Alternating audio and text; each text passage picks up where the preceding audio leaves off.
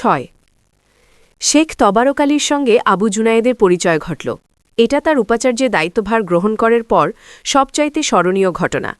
তবারক আলী ছিলেন বিশ্ববিদ্যালয়ের ঠিকাদার। তিনি দায়িত্ব নেওয়ার পর মহিলা ছাত্রী নিবাসের নির্মাণ কাজ দেখতে গিয়েছিলেন। সেই সময়ে পাজামা পাঞ্জাবি পরিহিত কানপুরি টুপি মাথায় এক ধোপনুরস্থ বুড়ো মতো ভদ্রলোক এগিয়ে এসে তাকে সালাম দিয়েছিলেন। ভদ্রলোকের মুখে অল্প অল্প দাড়ি, একহারা দীঘল চেহারা। বয়স হলেও ভদ্রলোক শিরদাঁড়ার ওপর ভর করে সোজা হয়ে দাঁড়াতে পারেন। এই দাঁড়ানোর ভঙ্গি ছাড়া আরও দুটো জিনিস আবু জুনায়েদের দৃষ্টি আকর্ষণ করেছিল। একটা হলো ভদ্রলোকের তীক্ষ্ণ অন্তর্ভেদী দৃষ্টি, অন্যটা গলার আওয়াজ। এমন শান্ত অনুত্তেজিত কণ্ঠস্বর আবু জুনায়েদ কখনো শুনেছেন মনে পড়ে না। তবারক সাহেবের কাছে কিছু জিজ্ঞেস করার আগেই ভদ্রলোক বলতে আরম্ভ করলেন, তিনি এবং আবু জুনায়েদের স্বর্গগত শ্বশুর, আল্লাহ তাকে বেহেশত নসিব করুন, একই সময় ঠিকাদারি ব্যবসা আরম্ভ করেছিলেন। বলা যেতে পারে আবু জুনায়েদের শ্বশুর সাহেবই শতপ্রবৃত্ত হয়ে তবারক আলীকে ঠিকাদারি পেশায় টেনে এনেছিলেন। কর্মজীবনে তার কাছে এক পয়সা মূলধন ছিল না। মরহুম আব্দুল গোফরানের লোক চেনার ক্ষমতা ছিল অসাধারণ। একবার চোখের দেখা দেখেই ঠিক ধরে নিতে পারতেন কে কাজের মানুষ, কে ফালতু। আজ জুনায়েদের শ্বশুর সাহেব কপরদক্ষিণ শেখ তবারক আলীকে ওয়ার্কিং পার্টনার হিসেবে গ্রহণ করতে বিন্দুমাত্র সংকোচ করেননি। আজকে যে তিনি ছেলেমেয়ে নিয়ে আল্লাহর রহমতে দুটা নুন ভাত খেয়ে জীবন চালাতে পারছেন, তার পেছনে গোফরান ভাইয়ের মস্ত একটা ভূমিকা রয়েছে। যতদিন জীবিত ছিলেন তিনি গোফরান সাহেবকে আপন মায়ের পেটের বড় ভাইয়ের চাইতেও অধিক শ্রদ্ধা সম্মান করে এসেছেন। তবারক সাহেব আবু জুনায়েদের স্ত্রী নুরুন নাহার বানুকে আপন মেয়ের মতো জ্ঞান করেন। মরহুম গোফরান ভাই কত দূরদৃষ্টি সম্পন্ন মানুষ ছিলেন তার একটা দৃষ্টান্ত হিসেবে মিয়া মুহাম্মদ আবু জুনায়েদকে নুরুন নাহার বানুর পাত্র নির্বাচন করার প্রসঙ্গটি উত্থাপন করলেন। কত বড় বড় খানদানি পরিবারের ছেলের সঙ্গে বানুর মানে নুরুন নাহারের বিয়ের প্রস্তাব এসেছিল। গোফরান ভাই এক কথায় সবাইকে বিদেয় করে বানুর পাত্র হিসেবে আবু জুনায়েদকে পছন্দ করেছিলেন। আজকে যদি গোফরান ভাই জীবিত থাকতেন, নিজেই দেখতে পেতেন তার পছন্দ কত সঠিক ছিল। বানুর বর আজ বিশ্ববিদ্যালয়ের উপাচার্য হয়েছেন। তার দু চোখের কোণা চিকচিক করে উঠল, বুঝি তখনই কেঁদে ফেলবেন। আবু জুনায়েদের ভীষণ ভয় করতে লাগল। এই তবারক ব্যাটা তাহলে তার বিষয়ে সব কিছু জানে। তার স্বর্গগত পাতানো বড় ভাইয়ের মহিমা কীর্তন করতে গিয়ে যদি বলে বসেন আবু জুনায়েদ শ্বশুরের কাছ থেকে পয়সা নিয়ে লেখাপড়া করেছেন, তাহলে লোকজনের সামনে তার মাথাটা কাটা যাবে। তার হৃদয়স্পন্দন দ্রুততর হল, বুক দুরুদুরু করতে থাকল। শেখ তবারক আলীকে কিছু একটা বলে কথার মুড় ঘুরিয়ে দেবেন, সেরকম কোনো বিষয়ও তিনি খুঁজে পেলেন না। আবু জুনায়েদের পা দুটো মাটির সঙ্গে গেঁথে যাচ্ছিল, ঠোঁট শুষ্ক হয়ে আসছিল। বারবার তিনি জিভ দিয়ে ঠোঁট চাটছিলেন। অবশেষে ঘাম দিয়ে জ্বর ছাড়ল। শেখ তবারক আলী জানালেন তিনি মরার আগে বানুর স্বামীকে উপাচার্যের আসনে দেখে গেলেন, এটাই তার সান্ত্বনা। তবারক আলীর প্রতি আবু জুনায়েদের মনোভাবটাই পাল্টে গেল। তবারক আলী ইচ্ছে করলে মাত্র একটি বাক্য উচ্চারণ করে আবু জুনায়েদের মান ইজ্জত ধুলোয় লুটিয়ে দিতে পারতেন, কিন্তু তিনি কথাটি বলেননি। আবু জুনায়েদ তবারক আলীকে অত্যন্ত মহানুভব মানুষ মনে করলেন। ছাত্রীনিবাসের নির্মাণ কাজ দেখে ফিরে আসার সময় তিনি শেখ তবারক আলীকে খাওয়ার নিমন্ত্রণ জানিয়ে গেলেন। শেখ তবারকও সে নিমন্ত্রণ কবুল করেছিলেন। তারপর সম্পূর্ণ একটা ভিন্ন পরিস্থিতিতে আবু জুনায়েদের সঙ্গে শেখ তবারক আলীর মুলাকাত ঘটল। একদিন তিনি তার অফিসে ফ্যাকাল্টির ডিনদের নিয়ে বহিরাগত মস্তানদের উৎপাত ঠেকানোর উপায় উদ্ভাবন করার বিষয়ে মিটিং করছিলেন। মিটিং চলাকালীন সময় একেবারে দরজা ঠেলে শেখ তবারক অফিস কক্ষে হুমড়ি খেয়ে পড়লেন এবং বললেন, আমাকে বাঁচান। তার চুল উস্কো খুস্কো, পাজামার অর্ধেক কাদায় ভরে গেছে, শরীর থরথর করে কাঁপছিল, মুখ দিয়ে ঠিকমতো স্বর বেরোচ্ছিল না। ঠিকাদার সাহেবের এই করুণ অবস্থা দেখে সকলে ভীষণ হতবাক হয়ে গেলেন। আলোচনায় আপনা আপনিই ছেদ পড়ে গেল। সকলেই উৎকণ্ঠা সহকারে জানতে চাইলেন কি ঘটেছে। শেখ তবারক আলী বললেন তিনি পানি খাবেন। এক গ্লাস পানি এনে তাকে দেওয়া হলো। সবটা পানি নিঃশেষ করার পর বললেন আরও এক গ্লাস পানি। আরও এক গ্লাস তাকে দেওয়া হলো, তারপর আরেক গ্লাস। শেখ তবারক আলীর নিঃশ্বাস প্রশ্বাস কিছুটা স্বাভাবিক হয়ে এসেছে, শরীরের কাঁপুনিও অনেকটা কমে গেছে, কিন্তু চোখ থেকে আতঙ্কের ভাবটা এখনও কাটেনি। যা হোক, কিছুক্ষণের মধ্যে তিনি পুরোপুরি বোধশক্তি ফিরে পেলেন। এই অবস্থায় তাকে সুসজ্জিত অফিসে দেখে তিনি ভীষণ অপ্রস্তুত হয়ে পড়লেন। ঝোঁকের বসে তিনি এক পায়ে জুতো নিয়ে উপাচার্যের অফিসে চলে এসেছেন। বাকি এক পাটি জুতো কোথায় ফেলে এসেছেন বলতে পারেন না। মিয়া মোহাম্মদ আবু জুনায়েদ তাকে আশ্বস্ত করার জন্য বললেন, আপনি বিচলিত হবেন না, কি হয়েছে বলুন। স্যার, এইমাত্র আমার একজন ওভারসিয়ারের ডান পায়ে গুলি করা হয়েছে। তাকে হাসপাতালেও নিয়ে যেতে দিচ্ছে না। 1,25,000 টাকা ক্যাশ তাদের হাতে তুলে না দিলে তারা আহত ওভারসিয়ারের কাছে কাউকে ঘেঁষতেও দিচ্ছে না। এই মুহূর্তে আমার হাতে অত টাকা নেই। অনেক কাকুতি মিনতি করেছি, কোনো কথাই কানে তুলছে না। বেচারি বিধবা মায়ের একমাত্র সন্তান, এই হারে রক্তপাত চলতে থাকলে মারা যাবে। আপনারা দয়া করে কিছু একটা করুন। সমাজবিজ্ঞান অনুষদের ডিন ডক্টর শামসুল হুদা জিজ্ঞেস করলেন, আপনি পুলিশকে জানাননি? পুলিশকে জানাবো কি, পুলিশের চোখের সামনেই তো তারা ওভারসিয়ারকে টেনে নিয়ে ডান পায়ে গুলি করেছে এবং ঘোষণা দিয়েছে 2:30টার মধ্যে যদি তাদের দাবি না মেটায় তাহলে তারা বাম পায়েও গুলি করবে। আমাকেও খোঁজাখুঁজি করছিল, কিন্তু পালিয়ে আসতে পেরেছি। পুলিশ যেখানে কিছু করছে না, আমরা কি করতে পারি? আমাদের এখতিয়ারে তো এমন সৈন্য সামন্ত নেই যে মস্তান গুন্ডাদের ঠেকাতে পারি। আপনি আইজির কাছে যান, স্বরাষ্ট্রমন্ত্রীর কাছে যান, প্রধানমন্ত্রীর কাছে গিয়ে নালিশ করুন, তারা একটা বিহিত করবেন। আমরা কি করব, কি করতে পারি? ডক্টর হুদার এই বক্তব্যের জবাবে শেখ তবারক আলী অনেক কথা বলতে পারতেন। তিনি বলতে পারতেন আইজির কাছে গেলে আইজি বলবেন বিশ্ববিদ্যালয়ে কোনো কিছু ঘটলে সেখানে পুলিশের নাক গলানোর অধিকার নেই, স্বরাষ্ট্রমন্ত্রীকে 3 দিনে পাওয়া যাবে না, তার মতো একজন সামান্য ঠিকাদার কি করে প্রধানমন্ত্রীর সঙ্গে যোগাযোগ করবেন? সেসব কিছুই উল্লেখ না করে বললেন, স্যার, একজন মানুষের জীবন, আপনারা এই মুহূর্তে কিছু না করলে ছেলেটা মারা যাবে। তিনি চেয়ার ছেড়ে উঠে দাঁড়িয়ে 2 হাত দিয়ে সরাসরি উপাচার্যের পা চেপে ধরলেন। আহ, করেন কি বলে? আবু জুনায়েদ ভিড়িং করে উঠে দাঁড়ালেন। তারপর আবু জুনায়েদ থেকে যে আচরণ স্বপ্নেও কেউ আশা করেননি তাই করে বসলেন। তিনি বললেন, হুদা সাহেব, দয়া করে আমার সঙ্গে চলুন। বজলু সাহেব, আসুন।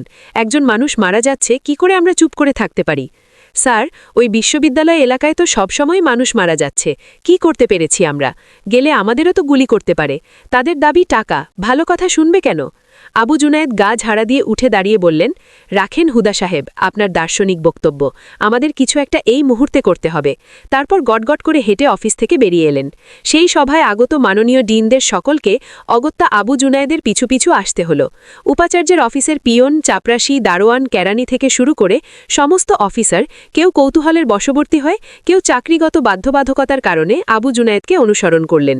বেরোবার আগে আবু জুনায়েদ ব্যক্তিগত সহকারীকে হাসপাতালে ফোন করে অ্যাম্বুলেন্স পাঠাতে বললেন। সকলে বেরিয়ে যাচ্ছেন, অথচ শেখ তবারক চৌখাট ধরে স্থানুর মধ্যে দাঁড়িয়ে রয়েছেন। আবু জুনায়েদ শেখ তবারককে উদ্দেশ্য করে বললেন, এ কি, আপনি দাঁড়িয়ে রইলেন যে? শেখ তবারক আবার আবু জুনায়েদের পা ধরতে উদ্যত হলেন। আবু জুনায়েদ একটু সরে দাঁড়িয়ে জিজ্ঞেস করলেন, আপনি এসব করেন কি? স্যার, আপনাদের সঙ্গে আমাকে দেখলে মনে করবে আমি আপনাদের ডেকে নিয়ে এসেছি। তারা চটে গিয়ে আমার বাড়িতে হামলা করবে, আমার পুত্রকন্যাদের খুন করে ফেলবে। সেদিন আবু জুনায়েদের হস্তক্ষেপে ওভারসিয়ারটি প্রাণে বেঁচে গিয়েছিলেন। তিনি আহত ব্যক্তিকে অবস্থা আয়ত্তের বাইরে যাওয়ার আগে হাসপাতালে পাঠাতে পেরেছিলেন। আবু জুনায়েদের শত্রুরাও স্বীকার করেন এটা আবু জুনায়েদের একটা সাহসী কাজ। এই কাজটি কেন তিনি করতে পেরেছিলেন, আবু জুনায়েদের একটি নিজস্ব ব্যাখ্যা আছে। তিনি যখন বিষয়টি নিয়ে চিন্তা করেন, এভাবে যুক্তি দাঁড় করান। শেখ তবারক আলী সেদিন ইচ্ছে করলে তার মানসম্মান ধুলোয় লুটিয়ে দিতে পারতেন। তিনি ফাঁস করে দিতে পারতেন আবু জুনায়েদ শ্বশুরের টাকায় বিশ্ববিদ্যালয়ে লেখাপড়া করেছেন। বলতে পারতেন একেবারে সাধারণ খেটে খাওয়া পরিবার থেকে তিনি এসেছেন। আবু জুনায়েদের জীবন বৃত্তান্ত যে বিশ্ববিদ্যালয়ে তাঁত সহকর্মীদের কাছে অজানা, এটা মোটেও সত্যি নয়। এখানে সকলে সকলের হাড়ির খবর জানেন। প্রকৃত সত্যটা অনেক সময় রংচঙে হয়ে প্রকাশ পায়। আবু জুনায়েদের বিপক্ষের লোকেরা তার নামে সাম্প্রতিককালে যে অপপ্রচার চালাচ্ছেন, তার সঙ্গে প্রকৃত তথ্যের অনেক গড়মিল আছে। বিরুদ্ধবাদীরা বলে থাকেন আবু জুনায়েদ অন্যের টাকায় পড়াশোনা করেছেন, একথা সঠিক, কিন্তু তিনি মেয়েটিকে বিয়ে না করে কন্যার পিতা ভদ্রলোককে প্রতারিত করেছেন। যা হোক, আবু জুনায়েদ মনে করেন শেখ তবারক তার একটা উপকার করেছেন। তিনি ওভারসিয়ারকে হাসপাতালে পাঠিয়ে একটু প্রত্যুপকার করেছেন মাত্র। তার সঙ্গে সাহস, মহানুভবতা ওসবের কোনোই যোগ নেই। একদিন রাত 9টার দিকে শেখ তবারক আলী মিয়া মোহাম্মদ আবু জুনায়েদকে টেলিফোন করলেন। ধরেছিলেন নুরুন নাহার বানু। হ্যালো, কে বলছেন? ও প্রান্ত থেকে দরদি মুলায়াম কণ্ঠস্বর ধ্বনিত হল। কে বানু? নুরুন নাহার বানু একটু চমকালেন। আব্বা মারা যাওয়ার পর তাকে এ নামে সম্বোধন করার কোনো মানুষ এ দুনিয়াতে আছে তিনি জানতেন না। আম্মা তাকে বানু টানু বলেন না, সরাসরি নুরুন নাহার বলেই ডাকেন। ইদানিং টেলিফোনে তার বিরক্ত বিরক্ত কর্তৃত্বব্যঞ্জক কণ্ঠস্বর প্রকাশ করে এক ধরনের গোপন আনন্দ অনুভব করতেন। একটু রাগত স্বর, একটু বিরক্তি, একটু কর্তৃত্বের ভাব না দেখালে মানুষ তাকে আলাদা করে চিনে নেবে কিভাবে? নুরুন নাহার বানুর ধারণা উপাচার্যের স্ত্রীদের কণ্ঠস্বর একটু উত্তাপ, একটু ঝাঁঝ থাকা ভালো। আবু জুনায়েদ টেলিফোনে রিসিভার কানে লাগিয়ে যেভাবে বিনয় বিগলিত হয়ে মিনিমিনি করে কথা বলেন, দেখলে নুরুন নাহার বানুর পিত্তি জ্বলে যাওয়ার উপক্রম হয়। এই বিশ্ববিদ্যালয়ের ছাত্র, শিক্ষক, কর্মচারী সব মিলিয়ে ৩০-৩৫ হাজার মানুষের নায়ক এবং চালক হলেন মিয়া মুহাম্মদ আবু জুনায়েদ। নুরুন নাহার বানু মনে করেন, তুমি যদি একটু ধমক ধামক দিতে না পারো, একটু রাগ, একটু হুঙ্কার না দিতে পারো, তাহলে উপাচার্য হওয়ার মজা কোথায়? নুরুন্নাহার বানু বালিকা বয়সে থানার একজন সামান্য দারোগাকেও বাঘের মতো হুঙ্কার ছাড়তে দেখেছেন। আবু জুনাইদ এত বড় একটি বিশ্ববিদ্যালয়ের ১ নম্বর মানুষ, অথচ তার কণ্ঠে রাগ ঝাল নেই। আবু জুনাইদের স্থলে নুরুন্নাহার বানু যদি দায়িত্বভার গ্রহণ করতেন, তাহলে প্রথম চোটেই তিনি যে সকল মেয়ে ঘরে ঢুকে তাকে অপমান করে গেছে, তাদের খোপার চুল কেটে কপালে লোহা পুড়িয়ে সারা জীবন অক্ষয় থাকে এমন দাগ বসিয়ে দেওয়ার হুকুম দিতেন। খারাপ মানুষদের কপালে একটা স্থায়ী দাগ থাকা উচিত। নুরুন্নাহার বানু মনে করেন, যে সকল মেয়ে তার বাড়িতে চড়াও হয়েছিল, বাথরুমের কমোড, জানালার কাঁচ এবং ডাইনিং হলের বেসিন চুরমার করেছে আর নুরুন্নাহার বানুকে বিবস্ত্র করে ফেলেছিলেন, তাদের বেশিরভাগই নষ্টা এবং খারাপ মেয়ে মানুষ। নষ্টা না হলে কি কেউ আচমকা এসে এবং জঘন্য কাণ্ড করতে পারে? এভাবে চিন্তা করলে নুরুন্নাহার শাস্তিযোগ্য ব্যক্তিদের তালিকা অনেক দীর্ঘ হয়ে দাঁড়ায়। তার মধ্যে প্রথমে আসবেন তাদের পাশের ফ্ল্যাটে যে ফাত্তাহ সাহেব থাকতেন, তার স্ত্রী রহিমা খাতুন। রহিমা খাতুনের ছাগল একাধিকবার তার তরকারি বাগান খেয়ে ছাড়খাড় করেছে। নালিশ করলে জবাবে রহিমা খাতুন সোজাসাপটা জানিয়ে দিয়েছিলেন, নুরুন্নাহারের বাগান ভক্ষণ করার জন্যেই রহিমা খাতুন ছাগল পুষেছেন। তারপরে আসে ওপরতলার সালমা বেগম। সালমা বেগমের পোষা মুরগি একবার ঘরে ঢুকে নুরুন্নাহার বানুর কালো জিরে চাল সবটা খেয়ে ফেলেছিল। নুরুন্নাহার বানু যদি চাল ডাল এসব মুরগির নাগালের বাইরে রাখেন, তাহলে কষ্ট করে পুনরায় তাকে নালিশ করতে আসতে হবে না। এই বাঝা মহিলাটির এমন জবাব শুনে নুরুন্নাহার বানুর ব্রহ্মতালু পর্যন্ত জ্বলে উঠেছিল, কিন্তু বাদানুবাদ করেননি। ঠিক করেছিলেন সুযোগ পেলে আস্ত মুরগিটাই জবাই করে হালাল করবেন। সেই পুণ্যকর্মটি সমাধা না করেই তাকে উপাচার্য ভবনে চলে আসতে হয়েছে। নুরুন্নাহার বানুর সবচেয়ে বেশি আক্রোশ আবু আবদুল্লার মাকাল চেহারার ঢ্যাঙা ছেলেটির ওপর। একদিন চারদিক থেকে অন্ধকার খেপে এসেছে। সেই কার্তিকের মিহি হিমের সন্ধে দেখেছেন তার আদরের মেয়েটিকে জড়িয়ে ধরে আবু আবদুল্লার মাকাল ছেলেটা চুমু খাচ্ছে, আর মেয়েটি বাঁশের কচির মতো এঁকে বেঁকে যাচ্ছে। এই সংবাদটি তিনি আবু জুনায়েদের কাছেও প্রকাশ করতে পারেননি। কেবল মেয়েটিকে চুল ধরে টেনে এনে মারতে মারতে আধমরা করে ছেড়ে দিয়েছিলেন। আবু আবদুল্লার মাকাল ছেলেটিকে তার ফাঁসিতে লটকানোর ইচ্ছে হয়েছিল। সে আকাঙ্ক্ষাটিও এখনও মরেনি। এরকম ছোট বড় অনেক খেদ, অনেক ক্ষোভ তার মনে ফোসকা ফেলতে থাকে। তার স্বামীরত্নটি বিশ্ববিদ্যালয়ের দণ্ডমুণ্ডের কর্তা, কিন্তু তাকে দিয়ে নুরুন্নাহার বানুর কোন কাজটি হয়েছে, কোন শখটি পূরণ হয়েছে? নুরুন্নাহার বানু মনে করেন, একেবারে চালচুলোহীন পরিবারের সন্তান বলেই তার স্বামীটির এমন মেন্দে মারা স্বভাব। স্বামীটি ওরকমই থেকে যাবে। নুরুন্নাহার বানুকে মনের জ্বালা, মনের ভেতর পুষে যেতে হবে। টেলিফোনে তার কণ্ঠস্বরে ঝাঁজ এবং বিরক্তি প্রকাশ হয়ে পড়ে, কারণ তার অবদমিত দুঃখ যন্ত্রণাগুলো প্রাণ পেয়ে উঠতে চায়। শেখ তবারক আলীর বানু সম্বোধন শুনতে পেয়ে নুরুন্নাহার বানুর সমস্ত অস্তিত্বর মধ্যে ঢেউ খেলে গেল। একটি আওয়াজ শোনা মাত্রই তার শৈশব, তার কিশোর দৃষ্টির সামনে মূর্তিমান হয়ে উঠল। শরীর ভেদ করে প্রথম রক্তপাতের ঘটনাটি তার মনে পড়ে গেল। বানু, বানু, কে ডাকে, কে ডাকে? সেই ভাবাবেশোয়াখা কণ্ঠেই জবাব দিলেন, জি আমি বানু, আপনি কে বলছেন? আমি তোমার তবারক চাচা। আমার কথা তোমার মনে আছে? কি যে বলেন চাচা, আপনার কথা মনে থাকবে না? কতদিন পর আপনার গলার আওয়াজ শুনলাম। আনন্দে নুরুন্নাহার বানুর নাচতে ইচ্ছে হলো, দুঃখে কাঁদতে ইচ্ছে হলো। হ্যাঁ মা, দিন বসে থাকে না। তোমার সঙ্গে শেষ দেখা হয়েছিল তোমার বিয়ের দিন, প্রায় ২৫-২৬ বছর হয়ে গেল। চাচা আপনি কোথা থেকে বলছেন? চলে আসুন, আমার আপনাকে দেখতে খুব ইচ্ছে করছে। শেফ তবারক জবাব দিলেন, আমি মতিঝিলে আমার অফিস থেকে বলছি। জামাই মিয়া কি আমার কথা কিছু বলেননি? আপনাদের জামাইয়ের সঙ্গে দেখা হলো কখন? বানু, আমি তো এখন জামাইয়ের অধীনে কাজ করছি। চাচা আপনি কি যে বলেন? ঠিকই বলছি বানু, আমি বিশ্ববিদ্যালয়ের কনস্ট্রাকশন কাজ করছি। জামাই আমাকে তোমার বাড়িতে খাওয়ার দাওয়াত করেছিলেন। সবসময় টেনশনের মধ্যে থাকেন, বোধহয় ভুলে গিয়ে থাকবেন। নুরুন্নাহার বানু মনে করলেন তবারক চাচার কাছে আবু জুনায়েদের হয়ে কিছু সাফাই গাওয়া উচিত। তাই তিনি বললেন, ছেড়ে দিন চাচা আপনাদের জামাইয়ের কথা। এরকম ভোলা মনের মানুষ দ্বিতীয় আমি চোখে দেখিনি। কাজে কর্মে এত ব্যস্ত থাকেন যে কোনো কোনো সময়ে এক পায়ে মোজা পরে অফিসে চলে যান। থাকুক আপনাদের জামাইয়ের কথা, আপনি এক্ষুনি চলে আসুন। আমি নিজের হাতে রান্না করে আপনাকে খাওয়াবো। এই আমি রান্নাঘরে গেলাম। নুরুন্নাহার মনে করলেন এই একটা চমৎকার সুযোগ। তবারক চাচা এলে এই বিশাল প্রাসাদের সবগুলো ঘর ঘুরে ঘুরে দেখাবেন। কত ধরনের চীনামাটির সুন্দর সুন্দর বাসনপত্র, ছুরি, কাঁটা চামচ, ডিনার সেট, কফি সেট সব দেখিয়ে অবাক করে দেবেন।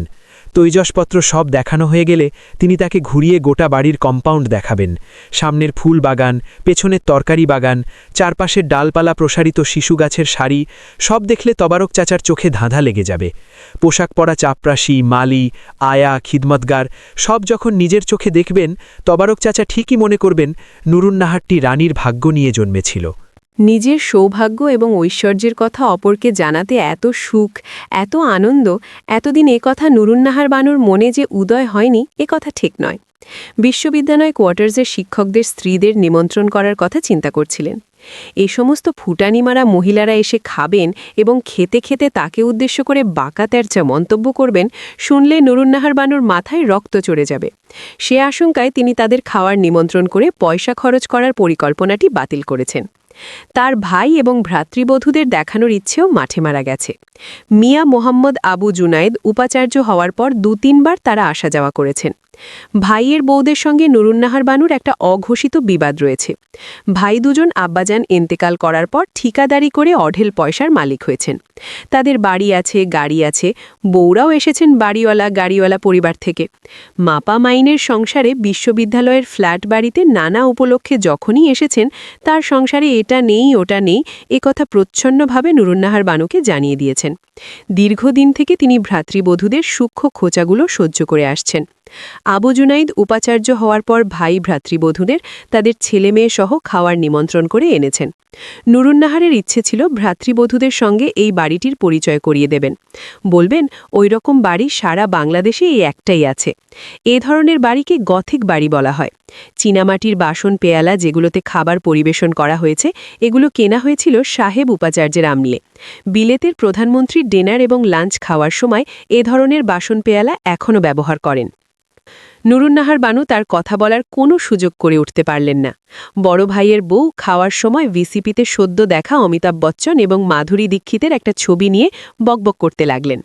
নুরুন্নাহার বানু মতলব করেছিলেন খাওয়া দাওয়া শেষ হওয়ার পর পুরুষ মানুষেরা যখন আলাদা হয়ে পড়বেন, পান চিবুতে চিবুতে তার সৌভাগ্য সম্পদের কথা ভ্রাতৃবধূদের সামনে সবিস্তারে তুলে ধরবেন।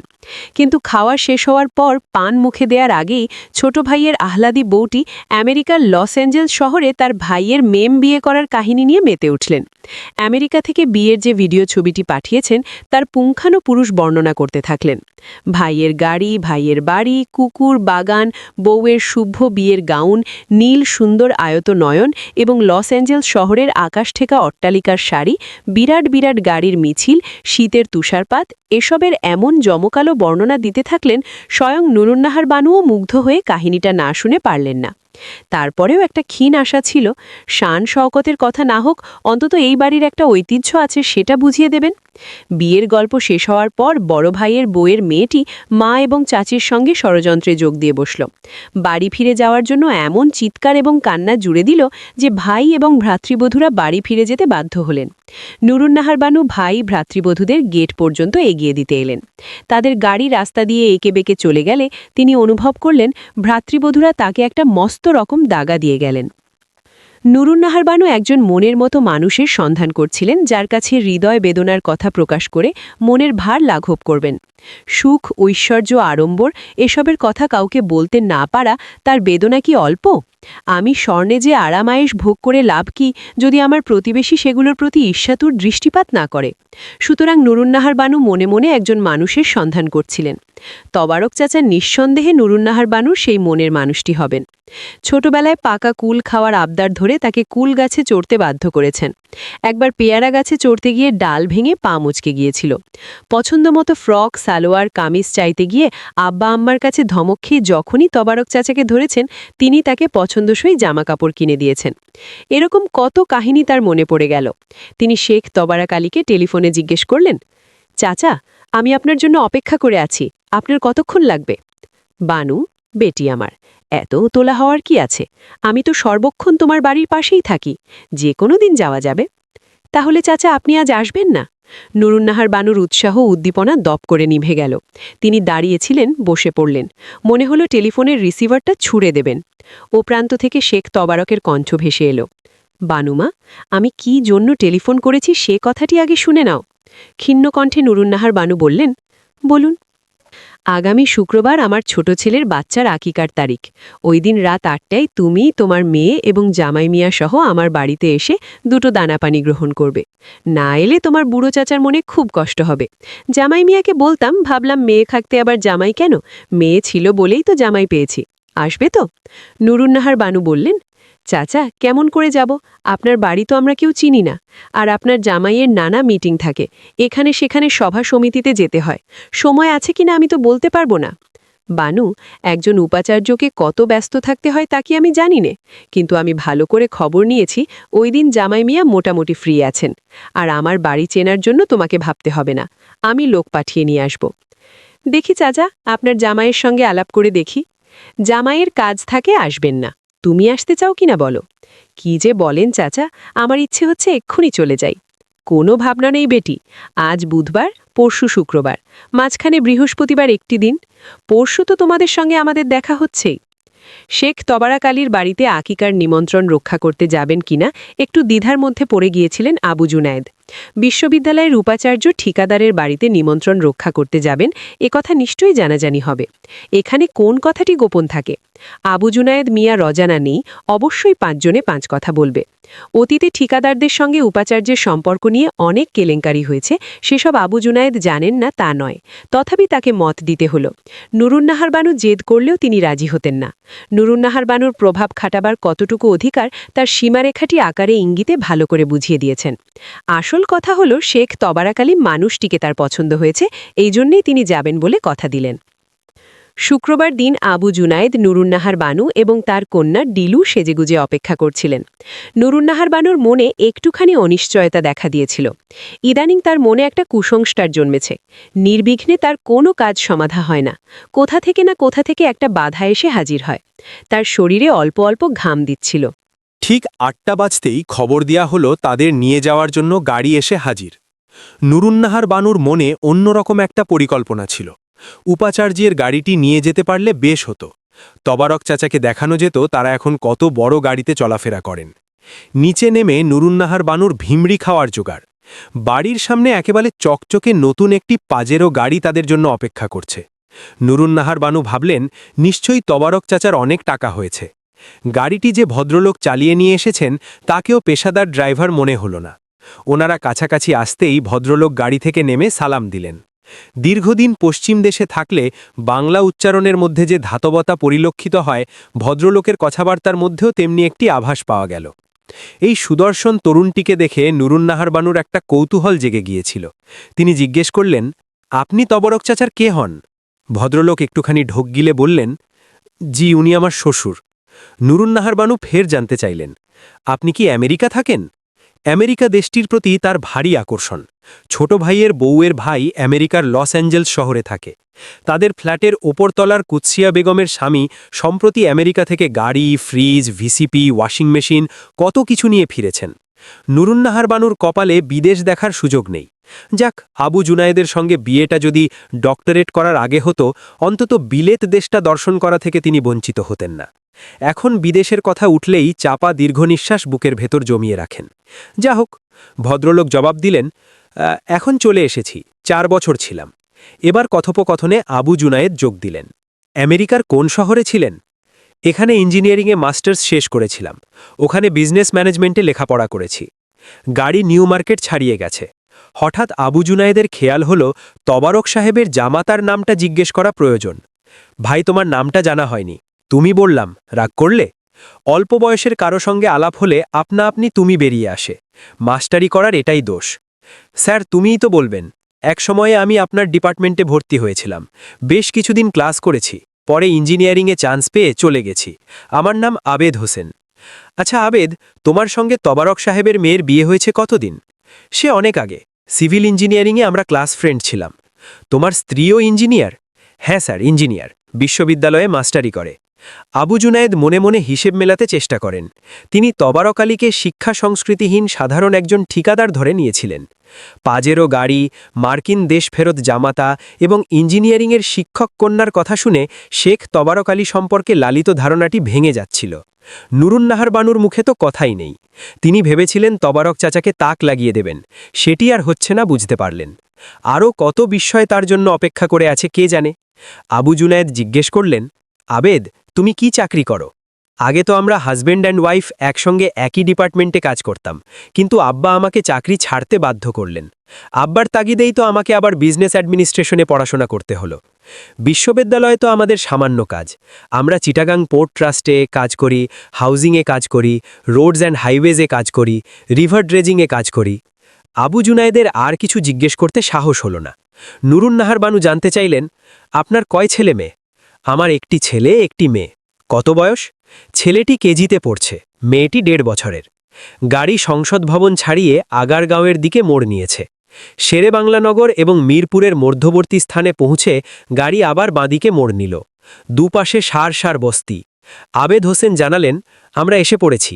আবু জুনায়েদ ভাবলেন, এত জায়গা থাকতে শেখ তবারক আলী এই নোংরা বস্তির মধ্যে বাড়ি করতে আসলেন কেন? আসলে ঠিকাদারদের যতই টাকা পয়সা হোক, দৃষ্টিভঙ্গি পাল্টায় না। কোটি টাকার মালিক হলেও নোংরা জিনিসের প্রতি আকর্ষণ তারা ছাড়তে পারে না। আবু জুনায়েদ এরকম এক বড়লোকের কথা শুনেছেন। বড়লোকটি বারে গিয়ে বিলেতি মদের বদলে বাংলা মদ পান করে। বারের পরিবেশনকারীর সঙ্গে একটা বন্দোবস্ত করে রেখেছে, সে পূর্ব থেকেই বাংলা মদ সংগ্রহ করে রাখে। এ কারণে সে মোটা বকশিস পায়। একটা বিরাট গেটের কাছে এসে গাড়ি দাঁড়ালো। আবু জুনায়েদ লক্ষ্য করে দেখে বাড়িটির চারপাশে গোল কম্পাউন্ড। কম্পাউন্ডের প্রাচীর ঘেঁষে একটার পাশে একটা লাগানো ঘন বস্তির ভিড়। ফাঁকে ফাঁকে বড় বড় গাছ মাথা তুলেছে। খুব ভালো করে না তাকালে কারো চোখে পড়ার কথাই নয়, এই সবের ভেতর একটা বড় বাড়ি আত্মগোপন করে আছে। বাড়িটার গেট পেরিয়ে কম্পাউন্ডের ভেতর প্রবেশ করল। আওয়াজ শুনে শেখ তবারক নিজে থেকে এগিয়ে এসে নিজে দরজা খুলে দিয়ে সালাম দিলেন। স্যার, তাহলে এলেন? গরিবের বাড়িতে পায়ের ধুলো পড়ল। বানু মেয়ে আমার। নুরুন্নাহার বানুকে হাত ধরে নামালেন। আবু জুনায়েদের ইচ্ছে হলো বাড়িতে প্রবেশ করার আগে একটা বিষয় ফয়সালা করে ফেলবেন। তিনি শেখ তবারক আলীকে উদ্দেশ্য করে বললেন, আপনি আমার বয়সে বড় মুরব্বী, আমাকে স্যার বলেন কেন? তুমি বলবেন। জামাই বাবাজি, ওই কথাটি বলবেন না। সবচাইতে বড় বিশ্ববিদ্যালয়ের উপাচার্যকে আমি স্যার না বললে আল্লাহ তাআলা অসন্তুষ্ট হবেন। আল্লাহ আপনাকে ইজ্জত দিয়েছেন, আমি সম্মান না দেখানোর কে? আমার কপাল, আমার কন্যার স্বামীকে আমি স্যার ডাকতে পারছি। গোফরান ভাই বেঁচে থাকলেও বাবা আপনাকে স্যার বলতেন। মা বানু জানে আমরা দুজন একই মায়ের পেটের ভাইয়ের মতো ছিলাম। দুপাশে বাগান, মাঝখান দিয়ে 5 করা রাস্তা, সে রাস্তা দিয়ে হেঁটে যাচ্ছিলেন। আবছা আলোতে সবকিছু ভালো করে দেখাও যায় না। বাড়ির কাছে এসে শেখ তবারকের প্রতি একটা প্রশ্ন ছুড়ে দিলেন আবেদ। আপনার বাড়িটা দেখতে খুবই সুন্দর, অথচ হাল আমলের বাড়ির মতো নয়। এ ধরনের চৌকোনা চক মেলানো বাড়ি বানাবার কথা আপনার মনে এলো কেমন করে? ঠিক সেই সময়ে বিদ্যুৎ নিভে গেল। শেখ তবারক তার জামাতাকে বললেন, বাবা আবেদ, বাতি কখন আসে তার কোনো ঠিকানা নেই, ডাইনামোটা চালু করতে বলো। আবু জুনায়েদকে বললেন, স্যার 1 মিনিট দাঁড়াবেন দয়া করে? আগে আলোটা আসুক, তারপর এ ধরনের অন্যরকম বাড়ি বানানোর খেয়াল কেন তার মাথায় চাপালো সে কাহিনী বলতে আরম্ভ করলেন। আমি তাজমহলের সৌন্দর্য দেখে একরকম পাগল হয়ে গিয়েছিলাম। প্রতি বছরই সুযোগ পেলে একবার অগ্রা ছুটে যেতাম। 5-7 দিন থেকে যেতাম। বারবার ঘুরে ফিরে তাজমহলের নির্মাণ কৌশল বুঝতে চেষ্টা করতাম। মোটামুটি একটা ধারণা যখন করতে পারলাম, আমার মাথায় একটা পাগলা খেয়াল চাপল। তাজমহলের নকশার একটা বাড়ি আমি নিজেই বানাবো। এটা তো নিছক পাগলামি। কোথায় বাদশাহ শাহজাহান, কোথায় তবারক আলী? আপনাদের মতো 10 জনের দয়ায় কোনো রকমে 2টো ভাত খেয়ে টিকে আছি। আমার মনের কথাটা যখন আর্কিটেক্টদের কাছে খুলে বললাম, তারা মনে করলেন আমার মাথাটা খারাপ হয়ে গেছে। কেউ কি তাজমহলের মতো বাড়ি বানাবার কথা স্বপ্নেও ভাবতে পারে? আমি বললাম, কেন পারবে না? তাজমহল যারা বানিয়েছিল তারাও তো মানুষ। শাহজাহানের তাজমহল বানানো সম্ভব নয়, বুঝলাম। আমি বললাম, আপনারা আমাকে একখানি তবারক আলীর তাজমহল বানিয়ে দেন। তা আর্কিটেক্টদের দিয়ে কিছু করানো গেল না। আমিও দমে যাওয়ার ছেলে নই, নিজে নিজে এই বাড়ির নকশা করেছি। শেখ তবারক আলীর কথা শুনে আবু জুনায়েদের মনের মধ্যে একটা মস্ত ধাক্কা লাগল। তিনি অবাক হয়ে ভাবতে লাগলেন, এই মানুষটির চিন্তার পরিধি কত দূর প্রসারিত। কিন্তু একটা ব্যাপারে তিনি ঠিক পাচ্ছিলেন না, তাই জানতে চাইলেন। এত সুন্দর বাড়ি, ঢাকা শহরের একটা দর্শনীয় জিনিস, কিন্তু বস্তির ভিড় এবং ঝোপঝাড়ের কারণে বাড়ির চেহারাটি বাইর থেকে কারো নজরেই আসে না। এগুলো কি পরিষ্কার করা যায় না? আবু জুনায়েদ বললেন, স্যার, কথাটা হলো সেখানেই। আমাদের এটা কি দেশ? এই দেশে কি মানুষ বাস করতে পারে? এখানে কি কোনো আইন শৃঙ্খলা আছে? প্রেসিডেন্ট এরশাদের বিরুদ্ধে লোকজন যখন আন্দোলন করল, পশ্চিম দিকের কম্পাউন্ড ওয়াল ভেঙে এক অংশে আগুন লাগিয়ে দিয়েছিল। অনেক কষ্টে থামাতে পেরেছি। এরশাদ পাপ করেছে, তবারককে কেন শাস্তি ভোগ করতে হবে? বোঝেন অবস্থাটা? আমরা ঠিকাদারি করে খাই, যে সরকারি আসুক না কেন আমাদের তো সম্পর্ক রাখতে হবে। কারো কাছ থেকে ভাড়াপত্তর কিছুই আদায় করিনে। বিপদে আপদে একটু সামনে এসে দাঁড়ায়। ৩-৪ মিনিট শেখ তবারকের কথা শুনে আবু জুনায়েদের ইচ্ছে হল তিনি তার পায়ের ধুলো নেবেন। সারা জীবন ধরে মনে মনে এরকম একটি মানুষের সন্ধান করছিলেন। তিনি যে তাকে অনুগ্রহ করে নিমন্ত্রণে ডেকেছেন সেজন্য মনে মনে কৃতার্থ বোধ করলেন। এ সময়ে বাতি জ্বলে উঠল। তিনি ডায়নামোর আওয়াজ শুনতে পাচ্ছিলেন। শেখ তবারক তার জামাতা আবেদকে বললেন, বাবা আবেদ, তুমি, মা বানু এবং আমার নাতনিকে ভেতরে নিয়ে যাও। আমি স্যারকে মেহনানদের সঙ্গে পরিচয় করিয়ে দিই। বড় হলঘরটিতে যখন ঢুকলেন, আবু জুনায়েদের চোখ ছানা বড়া হওয়ার উপক্রম হল। হল ভর্তি ছড়ানো সোফা সেট, অনেক মানুষ, কেউ হুইস্কি টানছেন, কারো সামনে বিয়ারের গ্লাস। আবু জুনায়েদের জন্য এটা একটা নতুন জগৎ। উপবিষ্ট অতিথিদের চেহারা দেখেই আবু জুনায়েদ অনুভব করতে পারলেন এরা নিশ্চয়ই সমাজের কেষ্টবিটু হবেন। মাত্র একজন ভদ্রলোককেই চিনতে পারলেন। তিনি হলেন গণপ্রজাতন্ত্রী বাংলাদেশ সরকারের মাননীয় স্বরাষ্ট্রমন্ত্রী, অবসরপ্রাপ্ত মেজর জেনারেল সাদেক আলী খান। হুইস্কির গ্লাসে চুমুক দিচ্ছিলেন আর ডানহিল টানছিলেন। আবু জুনায়েদ একটু অবাক হয়ে গেলেন। স্বরাষ্ট্রমন্ত্রী সাহেবের সঙ্গে তার ৩ বার দেখা হয়েছে।